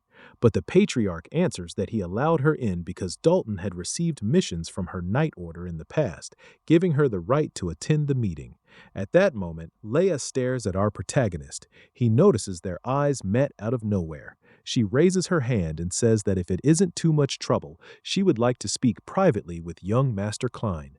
This leaves our protagonist quite confused, wondering why she suddenly wants to talk to him. After thinking it over, the patriarch permits it, provided it's only for a moment, and tells Klein to go talk to her without taking too long. Our protagonist thinks to himself that this is a pain in the ass. He doesn't understand why knights are always like this. But after reflecting, he realizes this is actually a good opportunity. The reason she called him must be one of three things: confirmation, suspicion, or a test. He tells his father he understands and follows Leah through the mansion. To Klein, it really doesn't matter what it is. Once he sets a goal, he doesn't plan on running away. He'll use them to his advantage. But finally, when they enter a private room, she slams her foot on the table, leans in close, and asks him face to face if she can touch him. Very nervous, Klein just wonders if that is even appropriate. Before this, it is said that Leah Rain Fallweaver is the eldest daughter of the Fall family, one of the three great houses of the continent alongside the Rhineland. She is the commander of the Blue Holy Lance Knights, masters of the spear. The official record of her strength states that during a monster extermination operation in the West, while scouting to protect civilians, Commander Leah eliminated high-level monsters all by herself. She wiped them all out on her own. Back to the present, she glares at our protagonist and asks what he is doing and if he's not coming. A bit nervous, he says he is. She simply tells him not to act like they are close, since the two of them aren't even real family. Our boy remembers his father telling him that his aunt is Duke Fallweaver's second wife, making Leah basically his cousin. Klein knows Dunlay was the one who explained this to him, and he also knows she is the first wife's daughter. In other words, biologically, they don't share a single drop of blood. Finally, after they enter an isolated room, Leah warns him that from here on out it's just personal curiosity, and simply slams him against the door. She moves in all at once, leaving Klein quite confused and asking what she means by that. She gets very close to him and asks if she can touch him. Klein asks what kind of question that is. First, she grabs his hand and comments that it's soft and smooth, without any of the usual wounds or blisters. It even feels like a baby's hand. Our highly nervous boy wonders why she keeps touching him like that. She continues saying that well-trained swordsmen sometimes don't even have calluses, although certain parts get hardened, like below the index finger where it touches the sword hilt and the inside of the thumb. Tendons can't lie. Our boy, even more confused, asks what this has to do with anything. She then asks if he really has never used a sword. Just by looking at his hands, there are no traces that he has ever wielded a weapon in his life. But even so, he claims he defeated and survived Dalton and 20 mercenaries. She concludes by asking if perhaps he possesses another power. Instantly irritated, our boy pushes her away. He asks if that was what she was talking about. Apparently, she also wants to know if he is Archimonde or something like that. The protagonist recognizes that this girl is quite dangerous. This isn't simple curiosity. That gaze is looking for reactions, not answers. Silence would turn into acceptance and doubt into certainty. The easiest response is to act more confidently than she does. He fires the question back. What if it were true, and I really was Archimonde? Instantly, she starts laughing. She questions how a random kid like him could ever be Archimonde. The word kid messes with Klein's head. He asks if she really just called him that. She confirms it wasn't a mistake and repeats it. He is too small to be Archimonde. His proportions don't help at all, and his voice and physique command zero respect. In short, he is just a random kid. This leaves Klein's brain boiling with rage, hatred, and every shitty feeling possible. Apparently, the emotional damage was huge. She keeps going. If he is Archimonde, doesn't know swordsmanship, and still defeated a knight, she'll give him a kiss if he actually pulled that off. The provocation leaves him even more lost, wondering why the hell she would do that. Due to the emotional damage, he becomes incapable of thinking rationally at the moment. Our boy starts wondering if this is part of some politicking or bribery, but she simply turns and walks away, noting that it's late and they can head back. Before leaving, she tries to add that Archimonde would never be like that, but before she can finish the sentence, the scene cuts. Young Master Klein and Lady Leah return to the tribunal. Our boy admits to himself that he was too naive. He is the useless second son who was locked up by the Order for 7 years. If he merely said he killed Dalton in self-defense, it was obvious no one would believe him. Upon returning, Klein's father asks what the two of them were talking about. Before Leah can answer, our boy draws his sword and displays it, surprising everyone in the room. Right after, he points the blade at Count Delkin Conwell. He knows this is the only way to personally prove his word. He tells the Count to stop wasting time and settle the matter like a man, Northern style. Klein declares they will have a duel through a trial by combat. This instantly shocks everyone, and the Count asks what he just said. As everyone there knows, trial by combat is an ancient form of judgment used in the North when a conclusion is hard to reach. There are no restrictions on weapons or techniques, and the duel's outcome decides the verdict. In short, whoever wins the fight has the final say. Highly surprised, the old Count asks why he suddenly wants a trial by combat. Our boy replies that he has many reasons for it. He states that despite having proof Dalton tried to kill him first, the Count tried to frame him in his son's place and insulted his mother in the process. Internally, Klein knows the truth is only half of that. He truly bears the name Klein, but his real identity is Archimond, and he harbors no special feelings for the mother of his second life. The Count, still stunned, argues that the young master can't just do something like this out of nowhere. However, our boy demands he make up his mind quickly, asking if he plans to keep everyone waiting. The crowd starts whispering, impressed that there are still people who remember that ancient tradition, commenting that a trial by combat after so long will be quite interesting. Noticing the mood, the patriarch declares that this is a tradition passed down since the family's founder, and they cannot simply ignore it. As the 7th Duke of Rhineland, he guarantees everything will be decided according to the duel's outcome. All evidence presented so far will be invalidated. This makes the Count realize this is his big chance. The Count turns to the boy and asks if he's absolutely sure about this, pointing out that the young master possesses no magical power. He asks if Klein intends to send another knight in his place, already absolutely certain in his mind that he will have the brat killed. Our protagonist assures him that it doesn't matter, and that he will see how he destroys him personally, just like he did to his dear son Dalton. The Count then accepts the challenge, setting the duel to take place in 4 days. Many people might think Klein acted on impulse just to cause a scene, but he knows this is only the beginning. He will use the Conwell family as a stepping stone to prove his point to all the branch families present. He will show everyone exactly how he intends to reform the Rhinelands. Back in his room, Klein faces his older brother, Delane. Delane asks why he requested a trial by combat, questioning if he's lost his damn mind. He warns that Klein could die. Our boy replies that he's already said 1,000 times that he won't die. Their father already allowed it, so Delane should just accept the situation. Very nervous, Delane agrees, but reminds him that in a trial by combat there is a champion system, offering to fight in his brother's place. Klein refuses. He explains that the branch families only remain submissive in the North for one reason. The main family has the strongest swordsman, their father. Delane will inherit that strength in the future. Klein tells his brother to get real. Stepping into this trial in his place would give their enemies a legal opportunity to kill the legitimate heir of the Rhinelands. This leaves Delane surprised.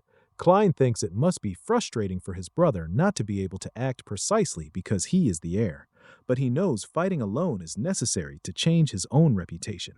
He wouldn't hand this chance over to Delane on a silver platter. Despite understanding the logic, Delane confesses that when Klein was born, he was so excited to have a little brother that he ran straight to see him. At the time, the first thing he saw was an angel. To Delane, it doesn't matter if they have different mothers. The order ripped him away from them, and the family waited 7 years to get him back. And now, out of nowhere, he throws himself into a trial by combat. Delane grabs Klein, tells him to listen closely, and insists he will fight for him. At that exact moment, Dunn enters the room. He apologizes for interrupting, but announces that Count Conwell has already chosen his champion. Curious, our boy asks who it is. The captain reveals his name is Randall, a knight expelled from the Empire who heavily stood out in combat. The reason for his expulsion was his uncontrollable murderous impulses. He killed compulsively as if there were no tomorrow, and as if it were all just a game of pleasure for him. Elsewhere, this Randall appears drinking what looks like the blood of his victims in a very macabre scene. He mutters to himself that he will face the young master of the Rhinelands, and that apparently on that day he will finally be able to hear a child's screams again after a very long time. A few days pass, and Dunla approaches Klein, handing him the sword he requested. Dunla explains that he forged the weapon exactly as asked. He tells the boy to be careful just in case, because the moment it clashes with a mana-imbued sword, it will shatter. Our protagonist replies that this is perfect, and now they can leave. On the day of the duel, the crowd notices that Klein didn't run away and actually showed up at the arena.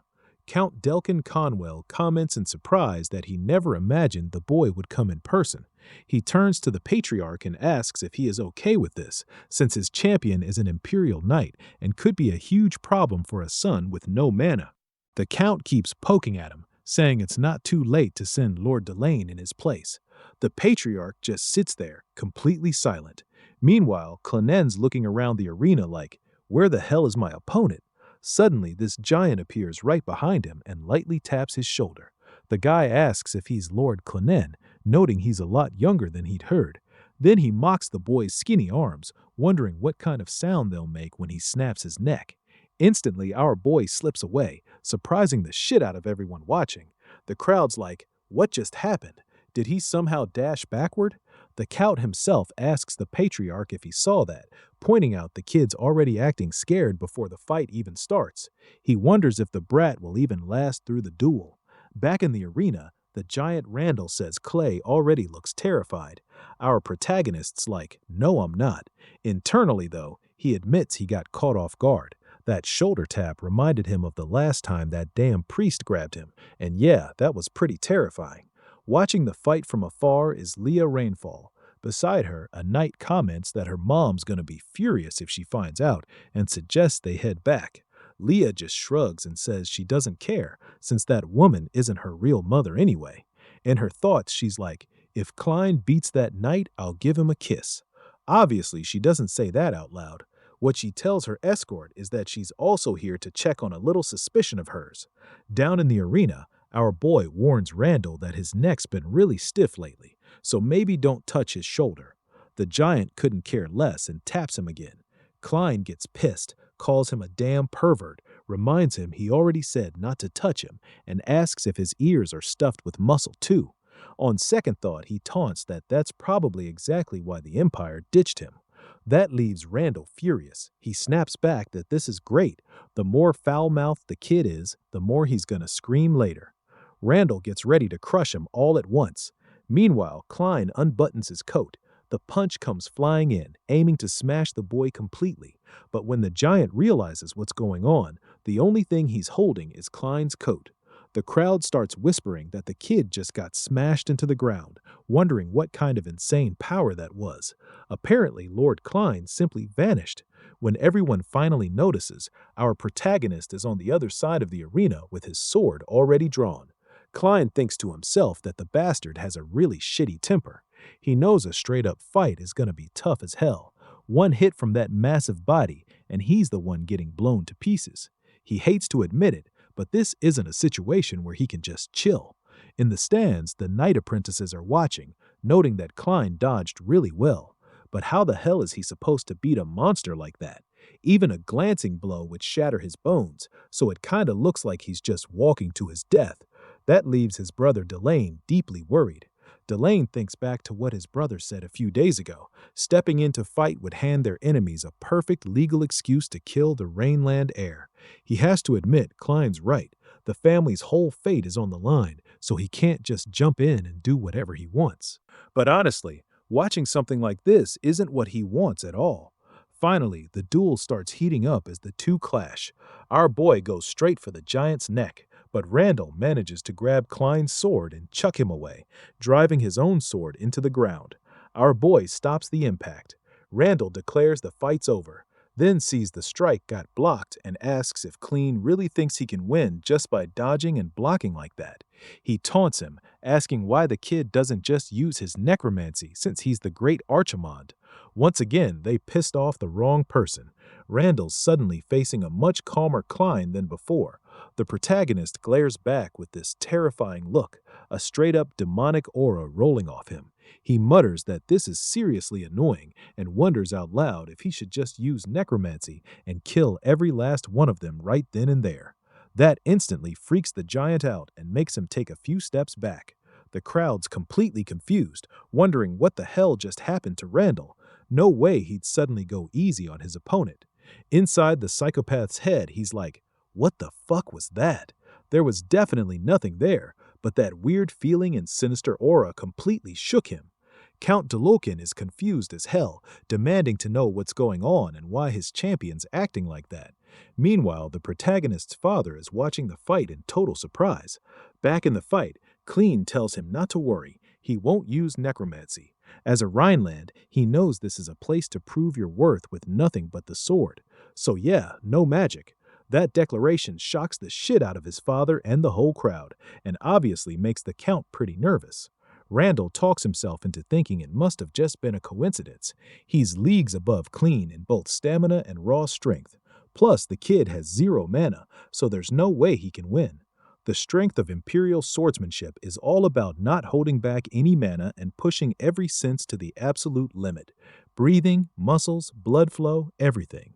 With that, you can hunt your opponent down with one massive burst of power. Randall charges forward, yelling for the damn Rhineland to die. Our boy manages to dodge the strike at the very last second while watching Randall's sword. Clean realizes he can actually see the enemy's technique, his mana capacity, even the exact arc the blade is making. He can clearly make out every single detail. That pisses the brute off even more. He calls Klein a damn fly and tells him to die right now, attacking with monstrous power. Amidst the explosion and smoke from the impact, Randall realizes the kid's vanished again. He's totally bewildered, wondering if Klein somehow read every trajectory of his sword in that tiny amount of time, which would be completely absurd. Little does he know the protagonist is right behind him. Klein points out that with such a massive body, his back is left wide open. Then he activates the meteor sword and delivers a huge slash right across Randall's back. The crowd goes into complete shock, instantly recognizing the technique. Even Klein's father and brother are stunned. In the arena, Randall starts screaming in pain. He can't understand how this is even possible since the boy has 0 mana. How the hell did he do that? Up in the stands, the knight next to Leah calls her captain and asks if she saw the same thing he did. Watching the fight, Leah gets a little excited by the boy's movements, and apparently a bit flushed, because by the looks of it, her lips already have an owner. During the fight, the patriarch starts thinking back to his talk with the captain the day before. The captain had said that normally the patriarch himself would have stepped in. Henkel replied that he knows damn well he shouldn't act on personal feelings. He explained that if he jumped in, the Rhineland family's prestige would just drop even further. The opponent's an Imperial Knight, and Cleany has basically 0 chance of winning. To the Patriarch's surprise, Dunley asked why he even allowed the duel. Then Klein's father admitted the boy volunteered to defend his late mother's honor. Even when Cleany got slapped with the Archimond label and locked up in the monastery, his dad couldn't save him. He asked himself what right he had to stop him now, since in the end he failed to protect anything. Not his son, not his family. Captain Dunley just told him not to worry. He guaranteed young Master Klein is stronger than he thinks and wouldn't lose the fight no matter what. Back in the arena, our protagonist goes after Randall again. Watching the whole thing, Henkel is standing there completely frozen in shock. Our boy starts talking to the crowd. He explains that the Northern Swordsman family, the Rhinelands, cut mana consumption down to the absolute minimum just to survive the brutal ice fields. If Imperial swordsmanship is predation, crushing the opponent by dumping all your mana at once, then Rhineland swordsmanship is temperance. The whole point of their technique is hitting the opponent's opening with the bare minimum of mana. Klein says the ultimate swordsmanship is about getting max efficiency with min mana. That's exactly how he, a guy with 0 mana, can still pull off his family's techniques. He admits he might be lacking in raw power, but his technique is more than enough to take down a guy like Randall. That pisses Randall off hard. He calls Klein a lowly bastard for even daring to face him head-on. Then Randall dumps every bit of power he's got at once, instantly freaking out the entire audience. Count Conwell is thrilled, thinking this is Randall's secret technique, a mana explosion that locks the opponent in place. Randall's acting like a pissed-off lion staring down its prey. He screams that Clean is nothing but a little shit, and that in the end he's gonna be the winner. He charges at Klein with everything he's got, planning to cut him clean in two. Watching with pure panic, his brother yells at him to watch out. Instantly, our protagonist blocks the strike. He remembers Dunla's warning to be careful with the sword he asked for. Dunla had told him that when the weapon clashed with a mana-imbued sword, it would shatter. And that's exactly what happens. Seeing the blade break, the brute Randall gets super excited. He yells, "Serves you right, Clean," and declares this is the end for him. Little does he know this was all planned out carefully. Using the shattered sword, our boy dodges the strike and lunges in. Klein declares, "This is it. The weapon to hunt you is finally complete." The seam looks like a simple feather floating calmly toward a huge lion. But in the end, the great lion was actually the prey of a giant eagle. And just like that, using nothing but his broken sword, Klein slices the great Randall's arm clean off. Up in the stands, the patriarch says, "That's enough," and the duel's over. A super awkward silence falls over everyone. Captain Dunley thinks to himself that everything went exactly like the young master said. Rhineland's swordsmanship can be pulled off with almost no mana, but doing it that well is normally only possible for a really experienced knight. Yet Clean did the whole thing flawlessly. Footwork, sword trajectory, everything, and deliberately baiting his own sword to break just so he could strike at point-blank range? That's honestly hard to believe. Dunley concludes that no matter how you look at it, this is a perfect win for young Master Klein. The only sound echoing through the arena is Randall screaming and crying over his missing hand. Pretty soon, the medical team rushes in, saying they need to stop the bleeding fast. Our boy watches them from behind and asks if they're planning on reattaching the arm. The doctor says no, the wound just needs some basic healing magic and they'll get a mold ready for a prosthetic arm next. Klein's like, "Are you serious? That's it?" And notes that apparently, even after 200 years, healing magic still hasn't advanced for shit. The patriarch walks up to him and asks if he feels nothing, even after seeing a severed arm right in front of him. Our boy thinks he's got a point. Since he's not Archimond anymore, he should probably show some normal human reaction. But standing right behind them is Count Conwell. Completely stunned, he mutters that this makes no sense and refuses to accept Randall's loss like that. The Count asks if the Patriarch has any idea how much money he spent hiring that knight. The Patriarch just glares hard at Count Conwell and says that, as agreed, he has to admit his faults and meet the winner's demands. Obviously, the Count refuses, arguing he lost his son and his exclusive knight, and how the hell is he supposed to accept that? But right then, he feels like his head just got ripped off from Klein's freezing glare alone. Cleany calls him by name, Delcon Conwell, and the Count drops to his knees in pure terror, staring at our protagonist in absolute dread. Klein slowly walks toward him, and the trembling, confused Count asks what the hell is happening. The old man vividly remembers feeling like his neck had just been sliced, or at least he thought it had. As the winner of the duel, our boy orders him to confess his sins in front of the Master of the North. He tells Delcon to kneel, beg for forgiveness, bow his damn head, and plead for mercy. Otherwise, he'll get crushed under the weight of his own sins and regret it for the rest of eternity. Consciously, Klein uses this nasty skill that sinks straight into Conwell's soul. The Count starts feeling a Death Lord standing right behind him, aiming at his back, ready to drag him into something way worse than death. With his teeth chattering in fear, he confesses to everyone that he was wrong and bows before Cluny. He admits that he and his son dared to try and harm young Master Cluny. Watching the guy completely lose it, our protagonist remembers that this was originally a voice used to summon the souls of the dead, the voice of the deceased. It's a soul-disrupting technique exclusive to necromancers that dumps extreme terror into living people. Right there in front of the whole arena, Dulcan Conwell smashes his head on the ground, repeating over and over that he's so sorry. He also confesses he insulted the young master's mother, the great Grand Duchess Claire, and begs for forgiveness for it. Klein thinks that with the magic being chanted right in his face, it makes total sense the Count would completely lose his mind. The crowd's wondering what the hell is going on and how the pillar of a branch family could just crumble like that. For Klein, this is perfect. He figures it's a great start to his plans. He asks everyone to listen real carefully to what he's about to say. He introduces himself as the challenger of the trial by combat and its rightful winner. He declares he's the son of Grand Duchess Claire and the second son of the strongest knight in the north, Duke Henkel, and his name is Klein Rhineland.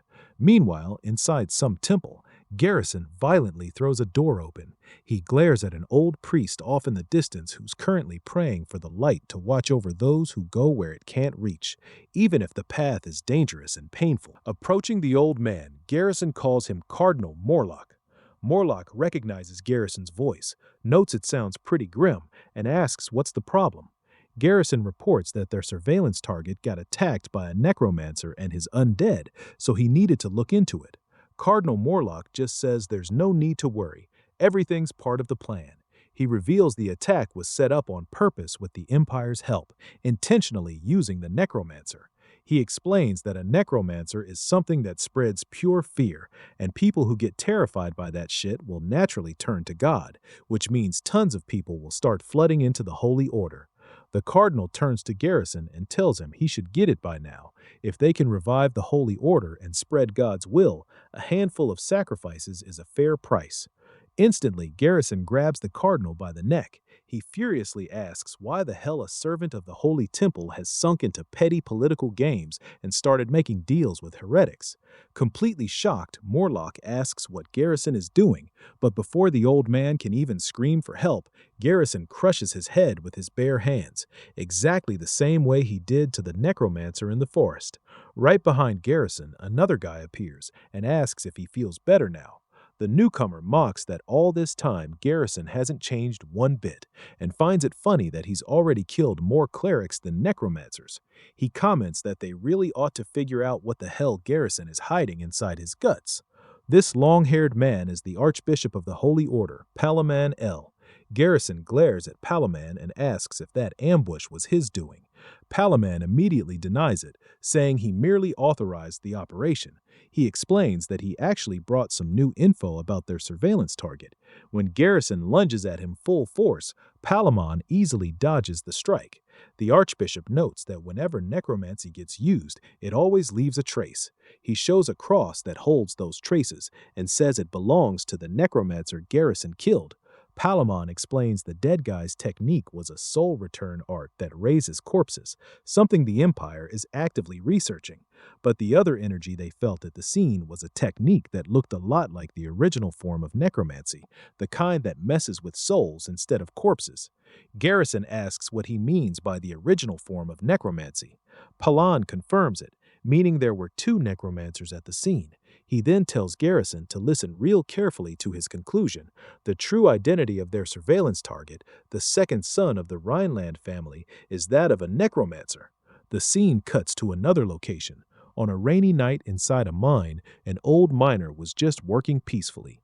What he didn't know was that a gigantic monster had been targeting him from the start. Even his desperate screams for help couldn't be heard by anyone. Back at the Duke's mansion, the innocent little maid Erin, holding a cookie, jokes that the situation is a total disaster. She ends up making a doll with the young master's face, thinks it looks exactly like him, and bursts out laughing. Meanwhile, our boy is sitting in his chair reflecting that a whole week has passed since the trial by combat. He took down the champion Randall with his family's technique, successfully dragged a confession out of Count Conwell with the voice of the deceased, and publicly announced his existence to the Branch family faction. Klein thought he'd finally get recognized by everyone. The real problem is that his 15-year-old body just doesn't have the stamina to keep up this pace. Annoyed, he tells Erin that if she's done playing, she can head to her room and sleep. Pouting, she calls him mean and complains she always has to play alone. Our boy asks what the hell she means by playing, pointing out he's clearly reading. She shoots back that it's just a romance novel, so basically he's playing too. Little does she know, while the cover looks like a regular romance novel, the inside is packed with Klein's secret notes. They're detailed writings on anatomy, magic circuits, and spell formations, all focused on that infamous necromancy. He figures with his current body he can summon a max of 11 skeletons. Klein knows his control is solid, but he just doesn't have the numbers for a war of attrition, so he's forced to keep researching. His biggest problem, though, is that damn priest Garrison. The guy seemed ready to wipe out the very last seed of any necromancer. Since Garrison already suspects him, Klein has to somehow get his original power back before the priest comes looking for him. The hard part is doing it without getting caught. Luckily, his answer shows up the next day when his father summons him. Duke Hankel tells him they got reports of a sighting in the mines, creatures people usually call the undead. Instantly, our protagonist offers to go, knowing real combat is the best kind of research.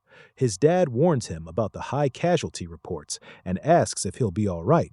Our boy guarantees it won't be a problem. Klein figures that after the trial by combat, even Hankel acknowledges him now. Plus, if the monsters are undead, they've got to be connected to those mercenaries who attacked him earlier. This is the perfect chance to use as much necromancy as he wants without anyone seeing a thing. Little did he know he'd end up gaining a companion, Captain Dunley. Dunley explains the Duke ordered him to tag along to make sure the young master stays safe. Trying to break the ice, the captain comments that the night sky looks incredible during missions. Our boy just hands him a roasted skewer and tells him to eat. Dunley thanks him, then awkwardly admits he should actually be the one doing the work. Klein shoots back, asking if Dunley didn't see the lump of coal he just made trying to cook, and bluntly says the captain's only job is to stand there and watch. During this mission, Klein learns a completely unexpected fact. The supposed night commander is utterly useless at hunting and cooking. Embarrassed, the captain admits he can't even look him in the eye and doesn't know what to say. Our boy just tells him to forget it and eat what he's grilling. Unlike Dunley, Klein spent over a decade running from the Night Order in his past life, so surviving in the wild is nothing for someone who's been through way worse. Watching the young master, the captain notes he's really different from other boys his age. He hid his sword talent and showed some serious spirit during the trial by combat. Because of that, Dunley confesses he sometimes wonders if Klein might actually be the reincarnation of Archimond. Instantly, Klein orders Dunley never to say something like that in front of that damn priest. Dunley laughs and assures him he'd never say it out loud, since Archimond was a demon who turned tens of millions of northerners into undead. Suddenly, the mood shifts and a grim wind blows past them. The captain notices the change in the air, and our boy firmly repeats that he must never, ever bring that subject up again, which slightly freaks Dunley out. Mid-conversation, they hear a noise coming from the nearby village. Desperate villagers are running for their lives from a horde of zombies. These monsters get put down pretty easily by Dunley and young Master Clean, who quickly orders the captain to go save the rest of the people. Once the creatures are dealt with, a villager thanks them for the help and asks who they are. The captain introduces him as the second young master of the Rhineland family.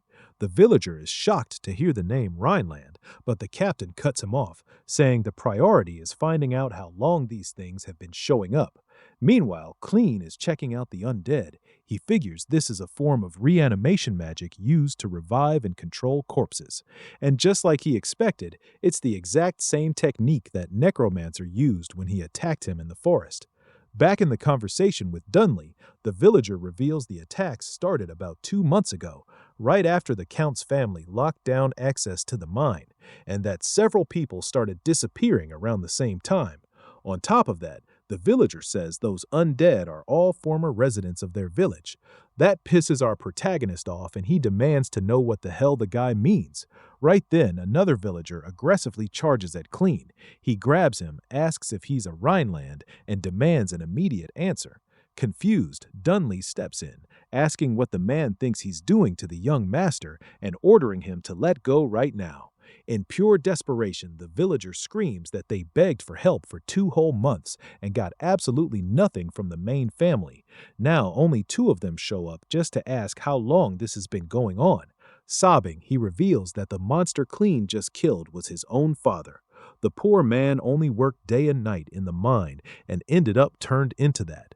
The villager cries out, asking why they have to suffer so damn much. Amidst the argument, Klein's patience runs out again, something that seems to be getting easier and easier to trigger. With a manic glare, he stares at the guy and tells him he talks too much. Klein tells the man to shut his mouth and asks why the hell any of this is his fault. His coldness completely shocks the villager. The boy keeps going, saying he wasn't the one who turned the man's father and the others into undead. If he wants to vent his anger, he should pick the right target. Noticing the young master is furious, Dunley steps in and offers to handle the situation to calm things down. To everyone's surprise, our protagonist activates his power and starts a chant. He calls out to the innocent spirits who died in suffering and promises to light the lantern that will guide their way. Pretty soon, the villagers realize the undead bodies are moving again. Klein Rhineland declares he'll uphold their will, and they need to follow his guidance. Suddenly, the spirits of the dead start floating up toward the sky. The mystical sight leaves everyone staring in awe. The spirits silently communicate with our boy, who listens, looks at them, and says he understands. Amazed, Dunley asks what the hell that is, wondering if it's soul resonance, a technique people say was used 200 years ago during the Northern Plague to free the dead. That same desperate villager stares at his father's spirit, who in his final moments just smiles and gives his son a last farewell. Soon after, everything goes quiet again, as Klein walks off entirely alone toward the mine. Klein recalls the villagers' instructions to just head straight that way to find the entrance. As they walk, Dunley asks the young master what he talked about with the spirits. Our boy brushes it off, saying it was nothing major. The spirits just thanked him for helping them rest in peace and begged him to avenge them. Hearing about revenge, Dunley freezes. The captain remembers what he said hours ago about the boy seeming like Archimond's reincarnation and vividly recalls Klein's terrifying expression when he ordered him never to say that again. After thinking it over, Dunley draws his sword and asks permission to ask a question. Pointing the blade at the master he serves, Dunley asks straight up, "Who exactly are you?" Right after that, the scene flashes back a few years to when the knight asked if that boy was Lord Klein Rhineland. He thought of the young master who, after being locked up in the monastery for 7 years, finally came back to the estate, the cursed young master who called himself Archimond. What was even more shocking was his pitch-black gaze, so close to the void. It was hard to believe a look like that belonged to such a small kid. It all started that day when they found a dead cat in the estate's kitchen. Then a second dead cat in the back garden, a third the next day, a fourth, a fifth, and a sixth. In total, 7 cats turned up dead. That's when the rumors started flying. People said the boy had an affinity for necromancy since birth, claiming his mother's family was the same. The servants wondered if he really was Archimond. Apparently, the rumors were true, and it was indeed a cursed bloodline. Dunley, just like everyone else, also suspected it. Unlike the weird, tense atmosphere hanging over the estate, the young master just stared out the window every day since he returned, completely uninterested in the rumors swirling around him. Even though everyone suspected him of being Archimond, Dunley figured he was too young and probably had nothing to do with the cat incident. One early morning, the knight found the young master walking across the estate all alone, heading in a specific direction. Confused, Dunley wondered where the hell the boy was going at that hour and decided to follow him. Finding the path pretty unusual, they eventually ended up at the family cemetery. Dunley wondered what Klein was doing there. He couldn't see clearly because of the tombstones, so he thought about moving closer to check. When he finally got near, he found the young master standing next to all the dead cats. Confused, the knight asked what was going on. Our boy replied that he was going to perform a funeral ritual for them. Still confused, Dunley asked what kind of funeral ritual this was. Klein explained that judging by the lesions, it was an infectious disease, harmless to humans but fatal to animals. If they just left the bodies, the disease would keep spreading and other beasts might dig them up too. The knight warned that handling them with bare hands could get him hurt and suggested they call someone else.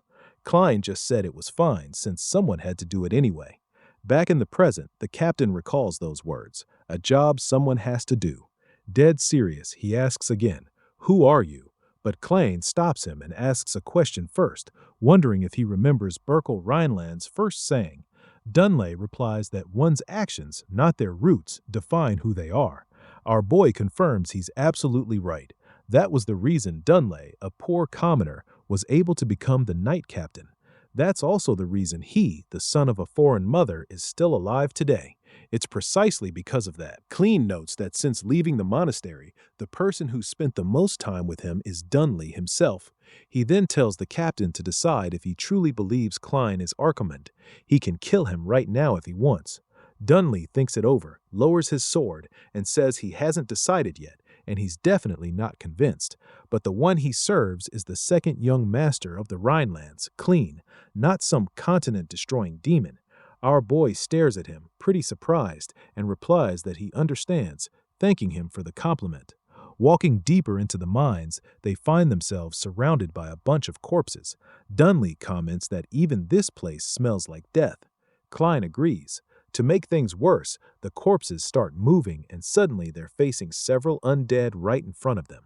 The captain notes he can see 7, but there's gotta be more further inside. Klein turns and starts casting his magic, declaring he summons them and they must answer his call. He grants them flesh to crush their enemies. Several skeletal beings appear in front of him, totally surprising Dunley when he turns around. Clean orders them to advance, and his undead soldiers go after the other zombie-like undead. It basically turns into a straight-up massacre. Watching from behind, Dunley mutters that this makes no damn sense, wondering how skeletons with that kind of appearance and agility can even exist. Klein casually mentions that Dalton's mercenary said the exact same thing and asks if it's really that fascinating. The two keep walking deeper into the cave, escorted by Klein's skeletons. Eventually, they stop after hearing a noise from further in. Judging by the sound, Dunley estimates there are about 40 of them, putting them at a serious numerical disadvantage. But Klein turns again and unleashes his necromancy, declaring he releases the bindings wrapping their bodies and ordering them to free their agonizing souls to obey his command. With that, the enemy zombies transform into souls under his control. Our boy explains he's converting the subjugated undead into allies, his basic tactic whenever necromancers fight each other. He figures this should be enough for the upcoming battle. Now, with even more skeletons, they head toward the sound. Klein orders the vanguard to push forward while he and Dunley follow right behind. They finally clash with the zombies, who get easily obliterated by the vanguard. Klein orders the rearguard skeletons to support the attack and keep pushing relentlessly. The summons carry out his commands perfectly. Walking beside Klein, Dunley thinks it's incredibly hard to believe what he's seeing, even watching it live. He knows skeletons are considered low-tier summons among the undead, but he can't understand how they move like that, exactly like a real army following its commander's orders. After the battle, with all the zombies wiped out, Dunley calculates they just annihilated a force 4 times their size and wonders what the hell all of this is. Beside him, Klein says that from here on out, it's just the two of them. He reminds Dunley of his promise to believe in him, meaning the captain has to see this through to the end. Going even deeper into the mine, Dunley finally stops and notes that the further they go, the weirder the situation gets. As he's talking, a few drops of blood fall on his face. He wonders what that is, and then hears a human voice. He calls out asking if anyone's alive up there and assuring them they came to help. But when he finally gets a good look at the cave ceiling, he's terrified. Countless bodies are tied up and hanging from ropes. Horrified, Dunley asks what the hell this is. Klein takes a look and figures the missing villagers got kidnapped and used as tools for reanimation magic. While they're talking, someone appears right behind them. The person says, as expected, he really knows his stuff. The tall woman, dressed in some pretty weird clothes, explains that reanimation magic is a spell that revives corpses and turns them into the summoner's familiars. That's why it needs a massive amount of high-quality bodies. Basic knowledge among necromancers. Our boy glares at her and asks who the hell she is. The woman replies she never thought she'd find him in a place like this. She greets him with, "It's been a while, demon of the continent, Lord Archimonde." That leaves our boy in absolute shock, wondering if she actually recognized him. It's explained that the word necromancer comes from corpse, necros, and divination, mantea, referring to people who summon souls to get oracles. But after that day, they became a symbol of pure dread and represented the great calamity where tens of millions of undead invaded the continent, the Archimonde incident. That huge, never-before-seen army that never ate, never rested, and completely ignored normal war tactics just wrecked the entire continent. The conflict only ended when the hero Berkel Rhineland took down their master, Archimonde. After that, people fascinated by this power started studying necromancy one after another. But eventually, the practice got limited strictly to reanimation magic. In the end, today's necromancers have been reduced to second-rate mages who only know how to raise corpses to fight, just like the girl standing right in front of them now. Once again, the girl taunts him. "It's been a while, Lord Archimonde." She reveals her name is Pale and she's a necromancer. Our highly confused boy asks what the hell she's talking about.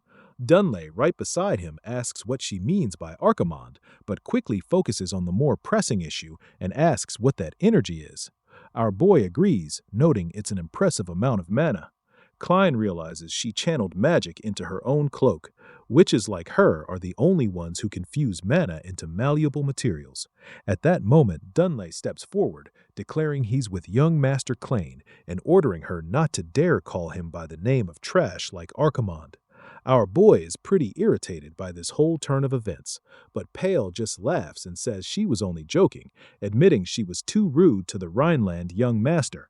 She claims she knows the rumors about him, and after feeling that unknown demonic energy earlier, she's certain he's a necromancer just like her. But how should she put it? Seeing a necromancer use a sword is just pathetic. Dunley tells her to stop spouting nonsense and answer what she did to those people and who sent her. Pale ignores him and says a true necromancer doesn't rely on mere tools. They command souls and control death itself. With that, black energy spills from her mouth and drifts toward the dead villagers who are still groaning in pain and mumbling weird shit. Finally, Pale declares they'll show him the real meaning of true necromancy. From inside a black hole, a gigantic arm made of human flesh comes out. She calls it her masterpiece, the one she dedicated her entire life to. A gigantic monster, a hideously powerful cyclops, appears right next to the girl. Dunley is in shock, muttering that this is pure madness and he's never seen anything like it, not even on the battlefields. Pale affectionately calls it her little baby and apologizes, saying it must have been really hard holding back its killing intent in there. She asks it for a favor, crush those two until they turn to dust. The monster turns and charges at Dunley and Klein. The captain realizes the creature is insanely fast despite its massive size and tries to push Klein away to save him. But contrary to his expectations, our boy is the one who pushes Dunley away.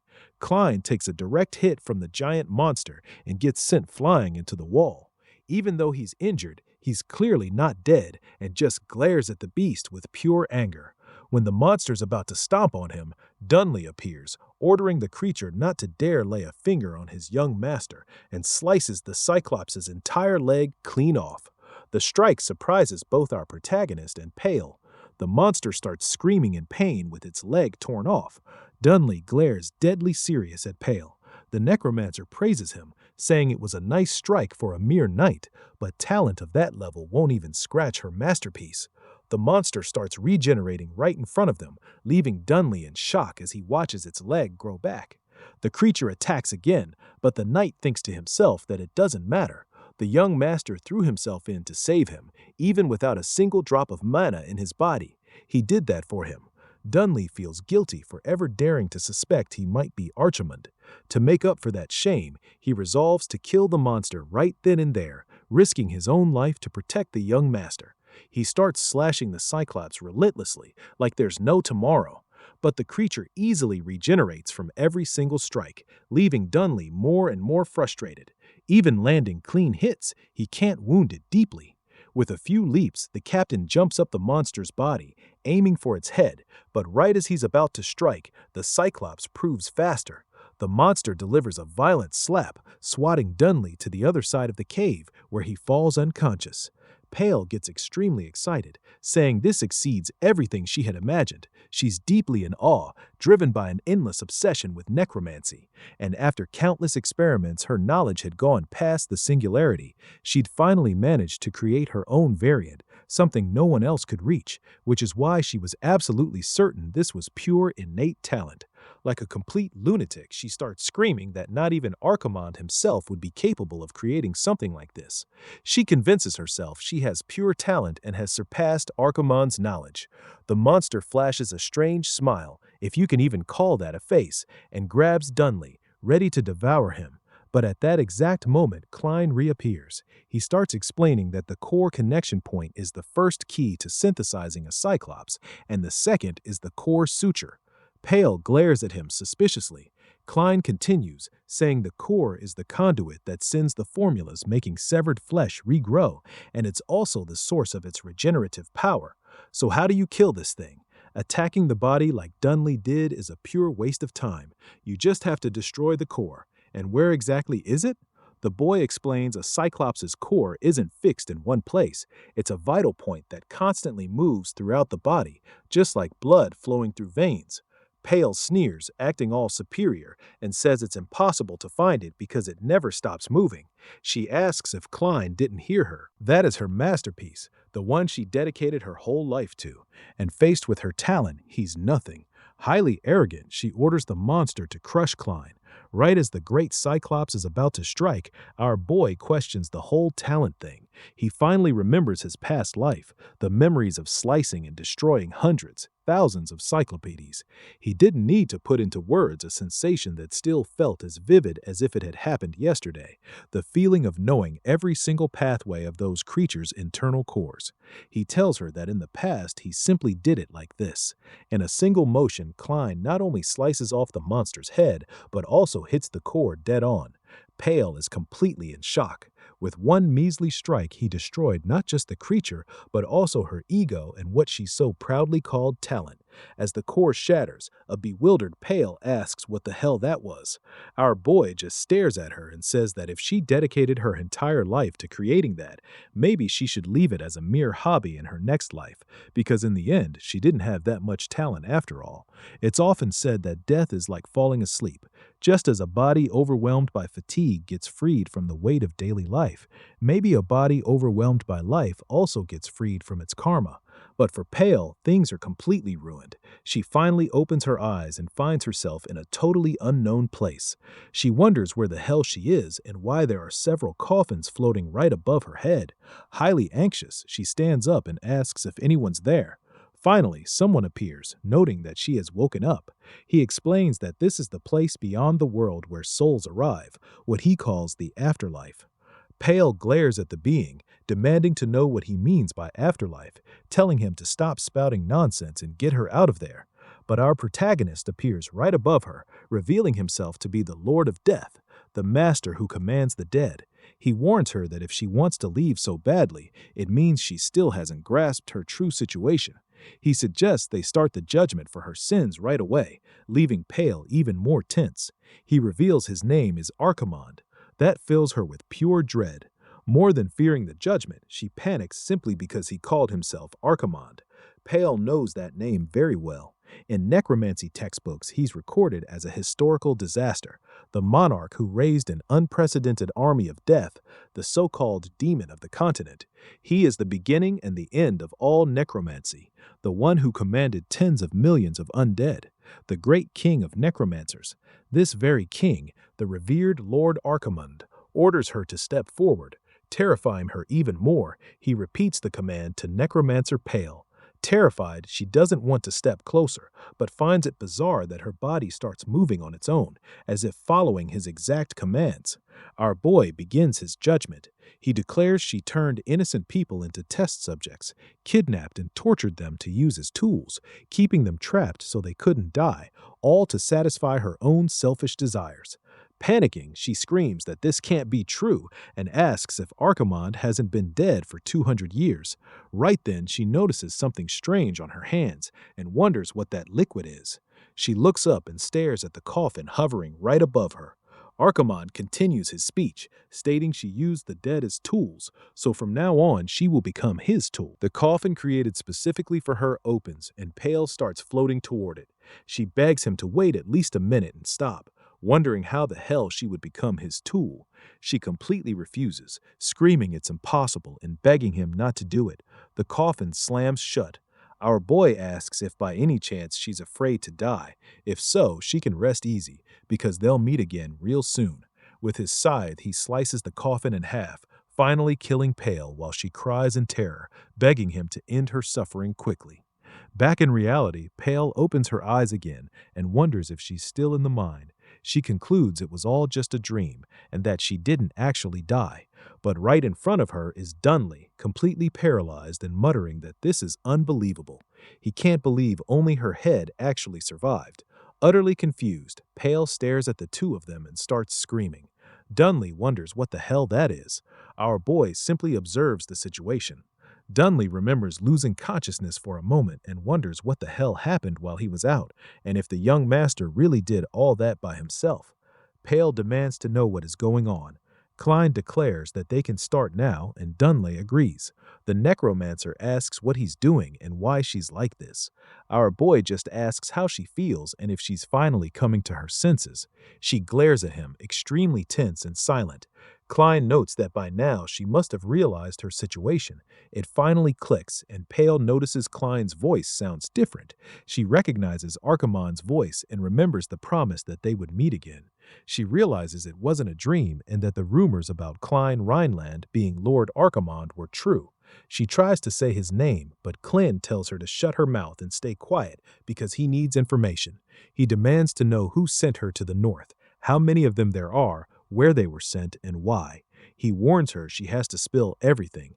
If she cooperates, she gets a painless death, but if she refuses, he'll grant her eternal life. That terrifies her, and she asks what he means by eternal life.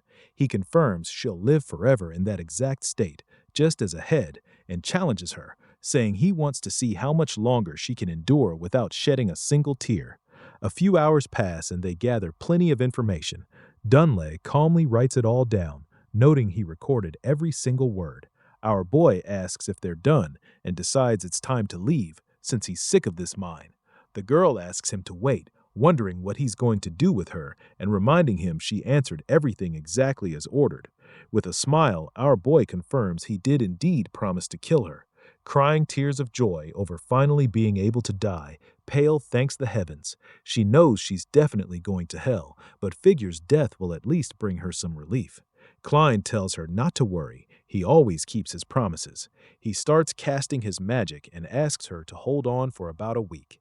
Instantly, Pale feels the strange movement of tiny legs. When she realizes it, it's cockroaches. Klein tells her the insects will take very good care of her until she dies, since they'll be the executioners of her sentence. Sheer panic takes over Pale's head, and she desperately begs him not to do this, screaming to keep the bugs away and that she doesn't want such a painful end. Our boy brushes it off like it's nothing, merely thanking Pale for becoming his tool. Driven completely mad, she starts yelling Archimonde at him, screaming that he's a cursed absolute monster. The next day, back at the Rhineland estate, Duke Hankel reads the report.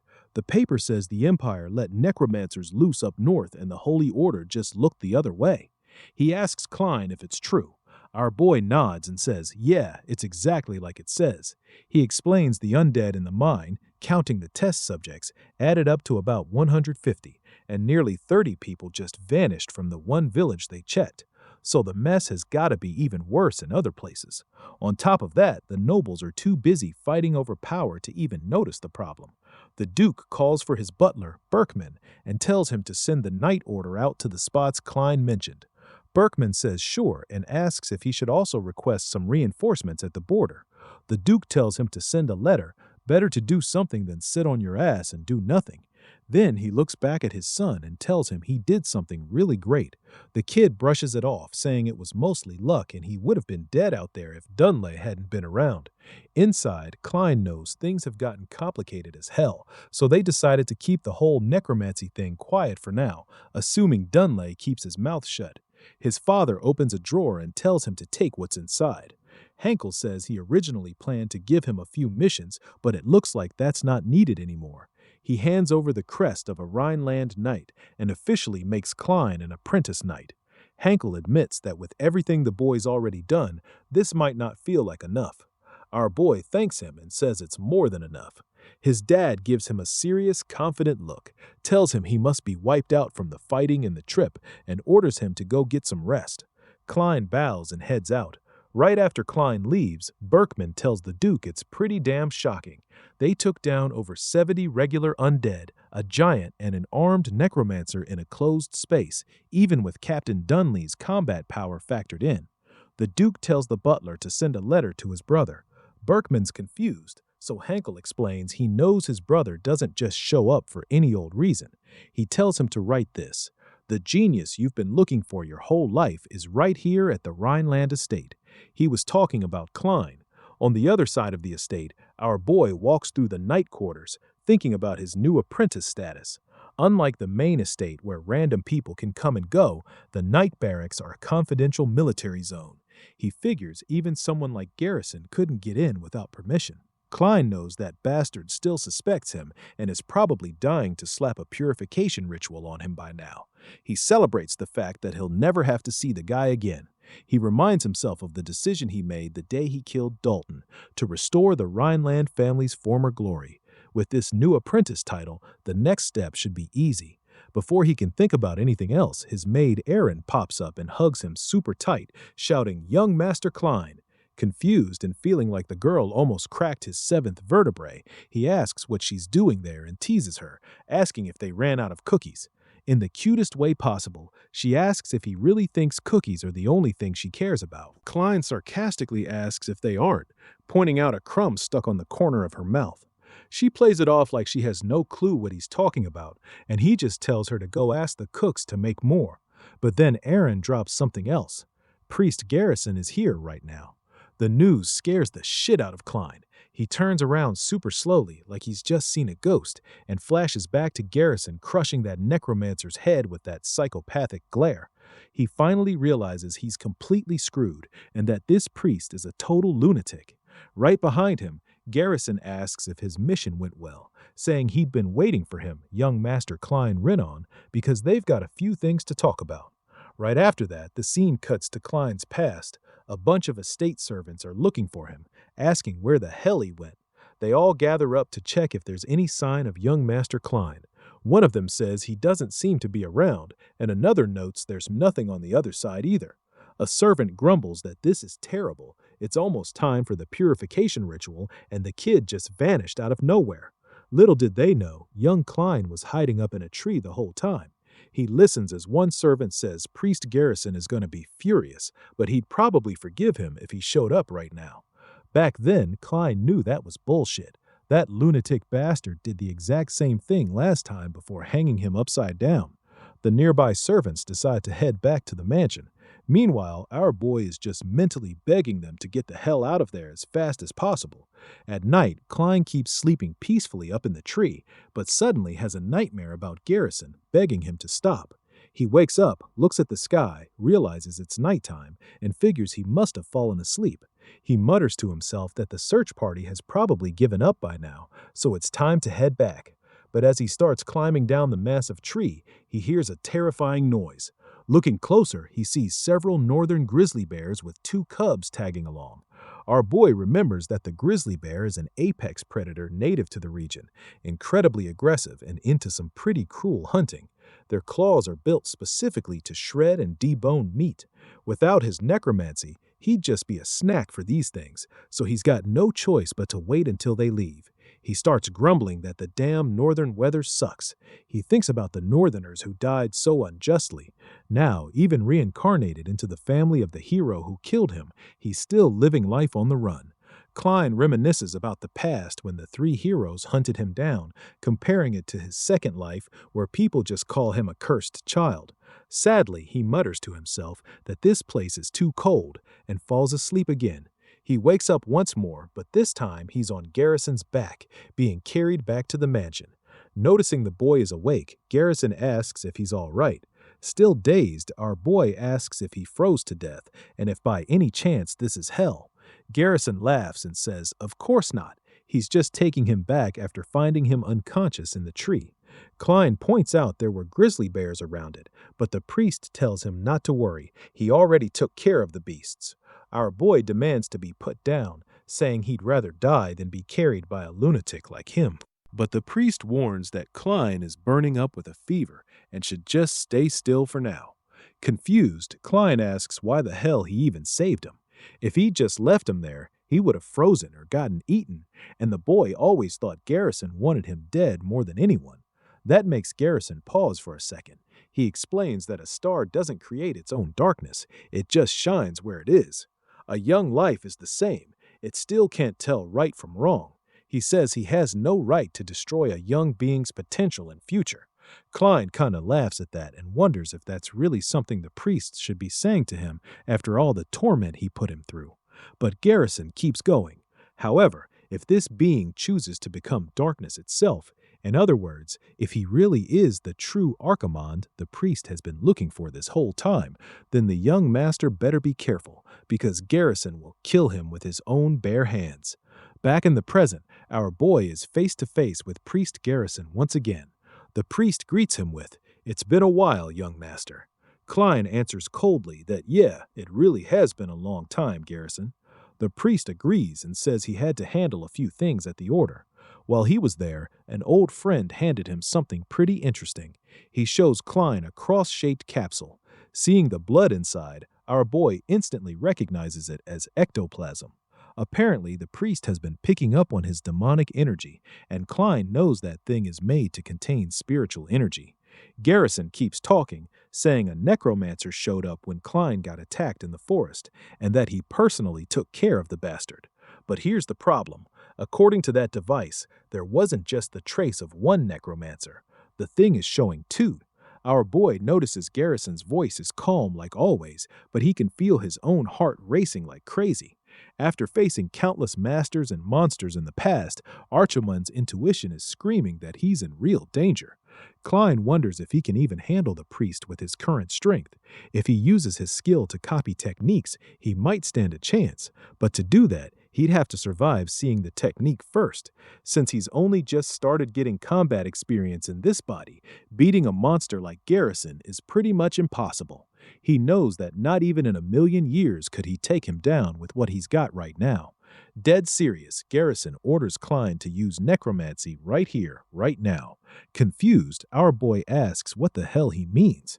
The priest explains he's giving him a chance out of respect for their shared history. If what Klein uses is just some soul-return art to control corpses, Garrison will only report the incident to the Order. But if it's the original form of necromancy that manipulates souls, the exact same formula used by the man the priest is thinking of, then the boy isn't getting out of this alive. That shocks our boy and makes him realize he's completely cornered. He starts remembering the voices of those ancient heroes ordering him to die. It fills him with deep indignation. Klein snaps, telling Garrison he's a bastard who did nothing but torture him with holy water under the excuse of a purification ritual. But then he laughs, saying it's funny because someone he knew in the past said something pretty similar about the future of a young being. He mentions that back then he didn't really get what it meant, but when Garrison said those words, he understood for a brief moment that this was the justice the priest believed in, and that his actions weren't driven by personal hatred. In his thoughts, our boy admits that in the past he was the loser and died because of it, but this time he's not letting history repeat itself. Klein asks Garrison if he really wants him to use necromancy right here, and if he plans to kill him if he turns out to be Archimand. He declares playtime is over. From now on, he's the one who decides who he becomes, swearing to himself he'll never run away again. This stance surprises Garrison more and more. The brute replies that in that case, he's got no choice but to force him to use necromancy. Preparing to strike, our boy braces himself, sensing the attack coming any second. He's worried as hell. He knows he's got to find a way to dodge fast or he's dead. He figures he only needs to dodge once.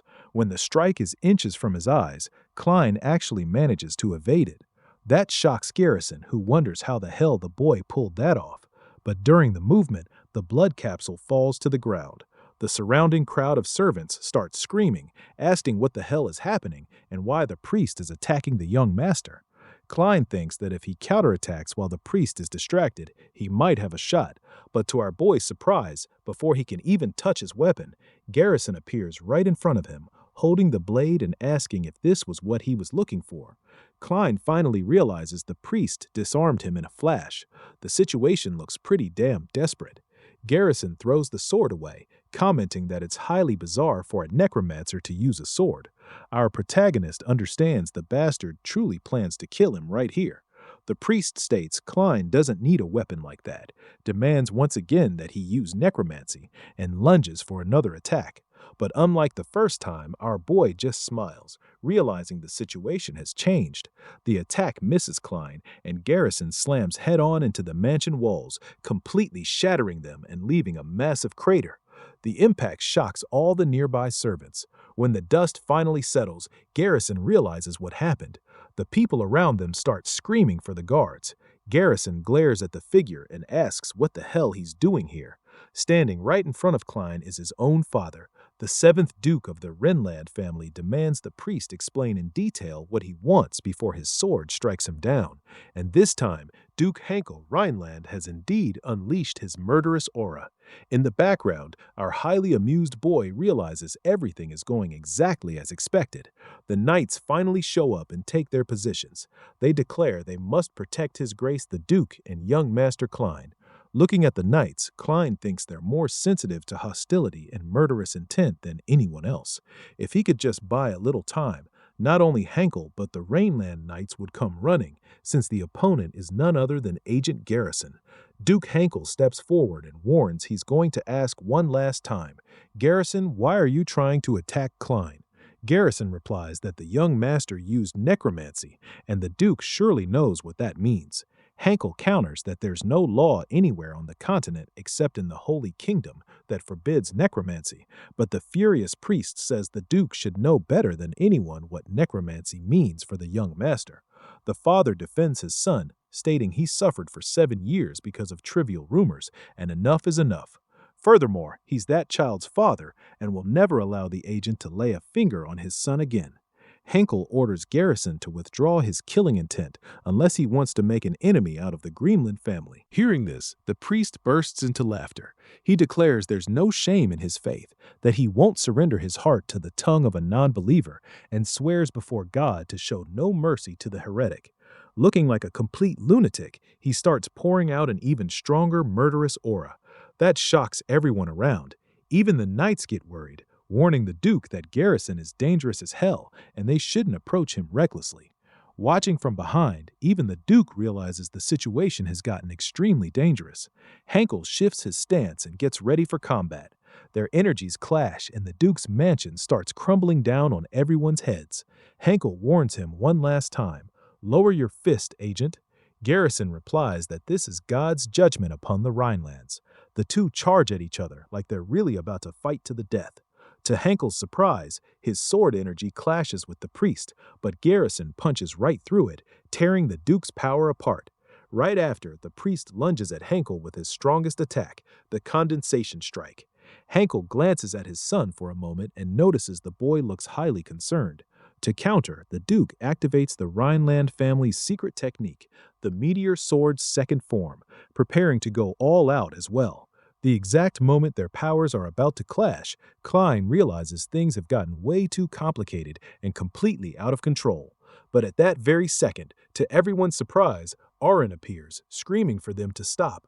She throws herself right in the middle of them, shocking not only the combatants but also our boy, who wonders what the hell she's doing there.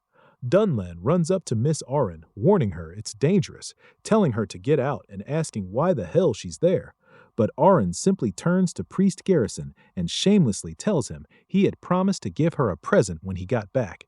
She says this like nothing crazy is happening, leaving everyone completely perplexed. The priest blinks in confusion and asks, "What do you mean, a present?" She confirms it, saying he definitely promised to buy her one. To make matters worse, she starts jumping up and down, telling him he should know that liars get punished by God. In the background, Klein realizes that being completely unable to read the room to this degree is actually a talent in itself. Disarmed by the girl's innocence, the priest gives in and says, yes, that was it, a present. He hands her a package, saying they're the cookies he bought at the famous bakery on 3rd Street near the Royal Gate. Arin's attitude instantly changes. She gets super excited, already eating the sweets and saying they're delicious and she wants more. But suddenly she asks the priest about his childhood. Garrison explains he grew up in a place where it was hard to even get a sip of water, let alone food. Most of the friends who grew up with him didn't even make it to adulthood, and the name of that place was the Archimond cult. This highly surprises our boy, who wonders, what the hell do you mean, Archimond cult? He asks himself if he actually created that in the past, but knows he didn't. He's got no such memory from his previous life. He wonders what kind of bullshit the lunatic is talking about. The priest, with a distant look, explains that this is why he must destroy the name that ruined his life and took his young friends, even if he has to sacrifice his own life to do it. Garrison tells Aaron to eat her share too, since that's all he can do for now. Soon after, he glares at Klein and warns him that next time the story won't end like this. The priest simply turns and walks away like nothing even happened. Our boy collapses to the ground, completely exhausted and in disbelief, unable to process what the hell just happened and the fact that he almost died. He thinks to himself that out of all people, making a direct enemy out of Garrison isn't something he can afford to do again. Moreover, the priest saying next time means he's definitely coming back to try and kill him.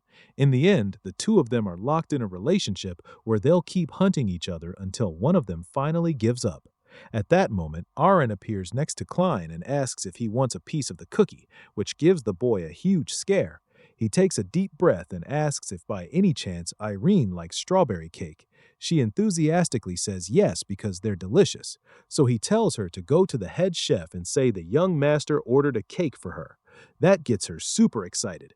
He also tells her to eat the entire cake right there in the kitchen, and she instantly runs off. Looking at it this way, Klein thinks that the life or death struggle from a moment ago feels completely meaningless. Just then, his father appears beside Klein, calling his name. The boy realizes there's still one major hurdle left to deal with. The Duke warns him they've got things to discuss in private. Walking next to his father, Hankel gets straight to the point and asks if he learned necromancy. Klein confirms he did. His father spins around and asks if it was because of the shackles that bound him for 7 years. But why, out of all things, did he have to mess with necromancy, and how the hell did he do it? Our boy makes up a lie, claiming it was knowledge he found in the annex of his late mother, Grand Duchess Claire. That highly surprises his father. Klein knows it's a lie, but given his past, it's the most plausible excuse. He continues, stating he has no intention of making excuses for not telling him earlier, but necromancy was his only way out. His father argues there was certainly another path, and at the very least his swordsmanship could improve. Klein disagrees, reminding his father of the report Dunn submitted. He has a body with 0 mana. If all he had was swordsmanship, the things he recently accomplished never would have been possible. Klein explains that the Empire is using necromancy to erode the North, and since they don't suspect his ability, Hankel has to recognize his usefulness before it's too late. The boy knows it's an extreme method, but there's no choice since his ultimate goal is the family's rebirth. He asks his father to use him as the Rhineland's necromancer. Internally, Klein thinks this is the moment for Hankel Rhineland to make his decision. Dead serious, he looks at his father and says that if Hankel truly believes he is not the reincarnation of Archimonde, then he must use him. Whether his father will use him to save the family or cast him into oblivion is entirely up to him. Hankel turns away, recalling the moment Klein returned to the duchy after being locked up in the reformatory for 7 years. Even after everything, the boy called him father without any resentment. Even though he was a pathetic father who failed to take responsibility for his son's future, Klein thinks ironically that Hankel kept that in his heart all this time, when in reality the kid was just excited about the feeling of freedom after leaving the reformatory. The Duke tells him not to worry.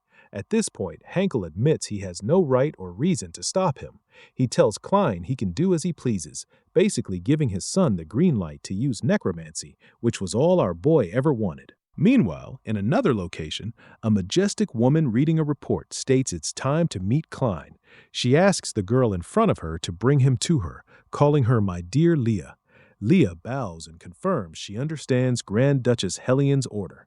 Time passed, and at night in a certain village, a sudden attack occurs. A huge brute appears, destroying a house and killing several people. The guards wonder what the hell that guy is, since not even the local mercenary group was a match for him. The people around scream, calling him a monster, and he certainly looked like one. The guards stand up again, and in a last-ditch effort scream to hell with it and that he must die, charging at the brute once more. Unfortunately, the guard takes a brutal punch that deforms his face and throws him to the other side of the village. The only surviving guard starts running, completely overwhelmed by fear. The giant grabs a rock and throws it at him, creating a crater right in the middle of his chest. The monster stares at his own hands, highly excited, and mutters that he really liked that. Then he picks up an even larger rock and glares at two children cornered in an alley. A boy was hugging his sister, crying, saying he was terrified and begging her to save him because he didn't want to die there. Obviously, the girl was also terrified. The brute, with a sadistic smile, tells the children not to cry because it'll all be over soon. He throws the massive rock to crush them, expecting them to die instantly. But at that exact moment, he feels something strange behind him. Leah appears out of nowhere to attack him, slashing the back of his neck. She clearly aimed for the head. As soon as she lands, she notices the rock about to crush the kids. Leah quickly dashes past him and with a powerful kick knocks the rock aside. She tells the children to hide because the place is too dangerous. While she watches the two run to safety, the monster charges at her. To the brute's surprise, before the strike can hit her, Leah dodges in midair. But as soon as she lands, the monster appears right behind her, ready to crush her with his fists. Laughing and highly excited, he says this is her end, but also praises her strength. Once again, Leah manages to block the attack using the shaft of her spear, which almost snaps in half from the impact. Even her block managed to wound the monster's body. With a swift spear movement, she strikes him and throws him to the other side of the village, sending him crashing hard against a house. Even wounded, the monster remains excited, laughing and saying that one actually hurt a little. But unluckily for him, Leah's spear had already been thrown his way. The brute's reaction was too slow, and the spear sinks deep into his stomach. Even on the verge of death, he keeps smiling. Leah walks up to him as if it were nothing. The other guards run toward her, and one of them reports that this is already the third time this month something like this has happened. The symptoms are always the same: sudden rage, superhuman strength, and eyewitness accounts of strange veins on the attackers' bodies. The monster, still agonizing, starts laughing and says anyone can get strong if they have that, even stronger than the Archimon from 200 years ago. To his surprise, Leah brutally yanks her spear out and states that no one can become Archimon, and trash like him isn't even worthy of uttering that name. She declares that whatever that is, she'll investigate it herself and tear the evil out by its roots. Back at the Rhineland estate, the mansion was completely destroyed. The servants try to rebuild it little by little. One of them comments on the deplorable state of the walls, but admits that considering the scale of the fight that day, it was a relief they were still alive. The other retorts that relief is bullshit, because if it wasn't for his grace, Duke Hankel, the entire mansion would have been blown away. One of the servants asks if it's really true that little Erin threw herself in the middle of the fight to stop them, acting like she was their mother. His colleague answers, of course not, wondering what kind of strength a little girl like that would even have. As they talk, Erin walks past them very innocently, like nothing had happened, and the servant thinks the girl is getting weirder and weirder. In Klein's office, Erin walks in without even knocking, telling the young master she brought his books. Klein watches her from a distance. She stares at him and casually says he looks very handsome today, so beautiful that women won't leave him alone and will all want to harass him. Astonished, our boy asks where the hell she learns these things. Erin explains she heard the maids talking about a book called The Prince Charming Wouldn't Be Like This. Klein sighs and warns her that next time she wants to read something, she should bring a fairy tale book and he'll read it to her himself. But for now, he's going to be very busy. On that exact day, a week had passed since Hankel's confrontation with Garrison. In that brief physical clash, several parts of the mansion were destroyed, and the impact was so great that the repairs were already taking days. Our boy knows he would have died too if it weren't for Erin's absurd intervention. But despite everything, if there was one good thing he gained from it, it was the permission and peace of mind to read his books. Dunlan enters Klein's room, announcing that the medical books and theoretical anatomy manuals have arrived. Our boy remembers that back when he was Archimov, he worked like a slave in the magic tower just to learn a single formula. He bent over backwards and plotted complex schemes just to get a single torn page from a grimoire and almost lost his fingers when he got caught stealing one. In the past, knowledge and studies were inaccessible to anyone who didn't belong to a mage family or the nobility. But now it's different. As a noble, he can obtain knowledge from any field he desires. Flipping through the books, Klein realizes it was exactly as he thought. The old hypothesis was wrong, and the correlation between the mana circulatory system and human blood vessels had been refuted. After all, 200 years had passed since his death. New discoveries, new hypotheses, new mana circuits, and new theories had emerged in the meantime. Reading all of that, he feels a deep sense of ecstasy. It's the first time he's felt anything like this since reincarnating. Highly excited and euphoric, he decides he will absorb absolutely all of this new knowledge. In the background, Aaron and Dunlag observe the boy's excitement, wondering what kind of lunatic he is. Amidst the books, our boy glances at one and thinks of the knight Lundell Rinland. Dunlag approaches and asks the young master why he's gathering so many anatomy books. Furthermore, he points to a piece of paper and asks what that is. Klein explains it is a spiritual construction formula. Dunlag doesn't understand, and the boy asks if the captain remembers the skeletons he summoned in the mine. If he applies that formula and infuses his demonic energy, Klein demonstrates, and a small sand skeleton forms right in front of them, leaving Aaron in awe. Klein explains that the necromancy he uses is a bit special. First, he makes a contract with the soul using demonic energy, and then he uses the mana contained within the soul itself to manifest a spiritual body. Aaron gets super excited staring at the little sand figure. However, the boy explains that most souls can't manifest a spiritual body more complex than a skeleton because they basically have zero mana, or even if they do, they lack a sufficiently developed consciousness for it. Although skeletons have the durability of a solid mana body, their internal structure is very simple. They can understand tactics and execute attack and defense orders like an army, but if they face strong knights or mana users, it's hard to guarantee victory. After all, he himself had to find a way to trick Dalton in the forest. But then he asks the question, what if it isn't an ordinary soul? Dunn is surprised and asks what he means by that. Our boy explains, what if the soul belonged to a knight with sublime mana? Dunn freezes, wondering if the boy is suggesting what he thinks he is. Klein smiles and says he doesn't know what the captain is imagining, but he shouldn't worry. He has no plans to do that right now. In his thoughts, Klein knows such strong souls aren't easy to find, and you'd hardly stumble upon one even after scouring an entire battlefield. Either way, he didn't need it at the moment. Just then, Butler Berkman knocks on the door. He informs young Master Klein that the Fall Weaver family sent an invitation, claiming it's about an extremely urgent matter. Fall Weaver is Leah's family. Come to think of it, Klein remembers she promised that if he won the duel against the Count's champion, she would give him a kiss. He wonders if the invitation is actually about that. Dunla finds it strange and asks why there would be an urgent matter only for the young master and not for His Grace the Duke. Berkman explains that the one who sent the invitation was Lady Helen. This surprises Klein a bit. Dunla indignantly questions the butler. Is he saying that Helen, the person who became part of a branch family after marriage, is summoning the main young master to a place full of branch family members? The old butler replies he knows that, but reminds him that Helion is Duke Henkel's older sister. Besides, since she is the current head of the Fall Weaver family, refusing would be somewhat improper. Right then, Klein decides to accept. In fact, the invitation came at a good time. He wasn't planning on creating that right now, but it seems he just got a reason to. At night, our boy sneaks out of his room, leaving Erin sleeping on the couch. In her sleep, she mumbles, asking for more cookies.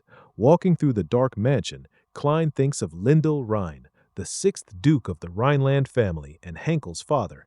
He was well known as the strongest knight on the continent, and out of all the dukes in history, he was the only one strong enough to rival the founder, Berkel. However, he was a tragic hero who spent his entire life on the battlefield and died young. Now Klein needs to make him his ally. He reaches his destination, the family mausoleum. Entering the place, he walks up to a specific large coffin. He thinks to himself that most souls have already rested in peace, and not even a trace of them remains there. However, only one remained, a soul still harboring regrets. Klein comments, ironically, that he has no idea what Henkel would say if he found out about this. Even so, let the exhumation of his ancestor's tomb begin. He mutters to himself that this is the first time they're meeting and apologizes for being a bit disrespectful to Grandpa. He begins his chant. He calls out to the unfortunate one who is still bound to his living burden, promising to light his path in the name of the guide. If he wishes to walk this path, he must answer his contract. Klein's demonic energy surrounds the ancestor's tomb, and immediately after, he feels a strong reaction. Behind the door, an imposing soul approaches him and orders the necromancer to reveal himself. Klein walks out of the mausoleum with the soul and thinks that apparently the old duke's reputation was no exaggeration. Lundell absorbed every drop of his demonic energy without flinching. Now out in an open field, our boy thinks about the Death Knights. They are the highest class undead created by anchoring the soul of a sublime knight into a spiritual body. To seal a contract with such a soul, there are only two options: subjugate it with overwhelming demonic energy, or obtain the soul's own consent and cooperation. The ancestor, absolutely furious, says he initially thought his dear grandson was looking for him for a special reason. He never would have imagined that the arch-enemy of the Rhineland family had taken over the body of a descendant of his own bloodline.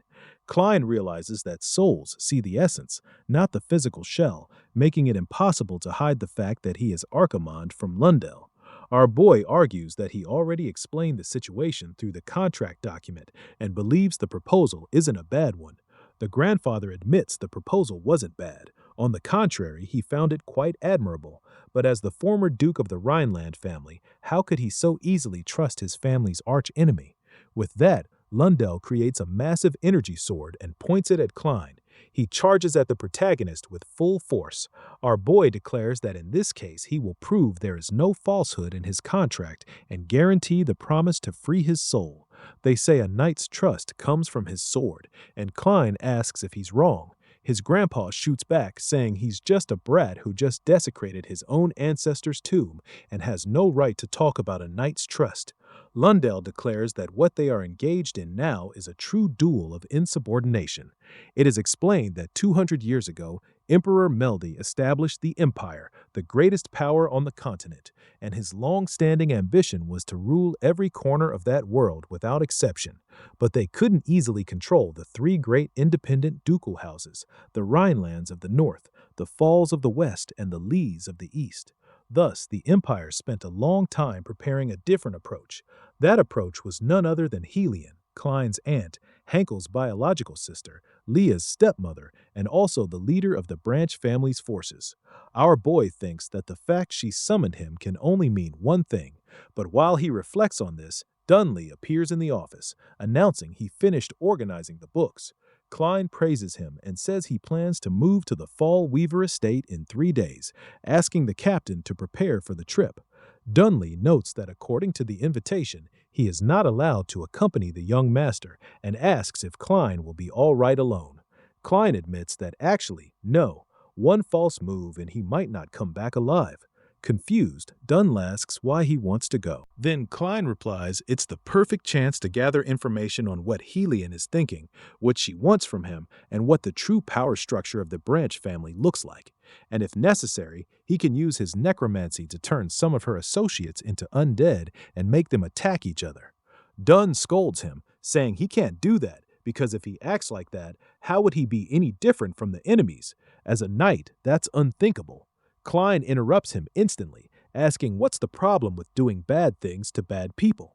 He reminds Dunlove of what they witnessed at the Conwell mansion and states the captain knows the situation very well.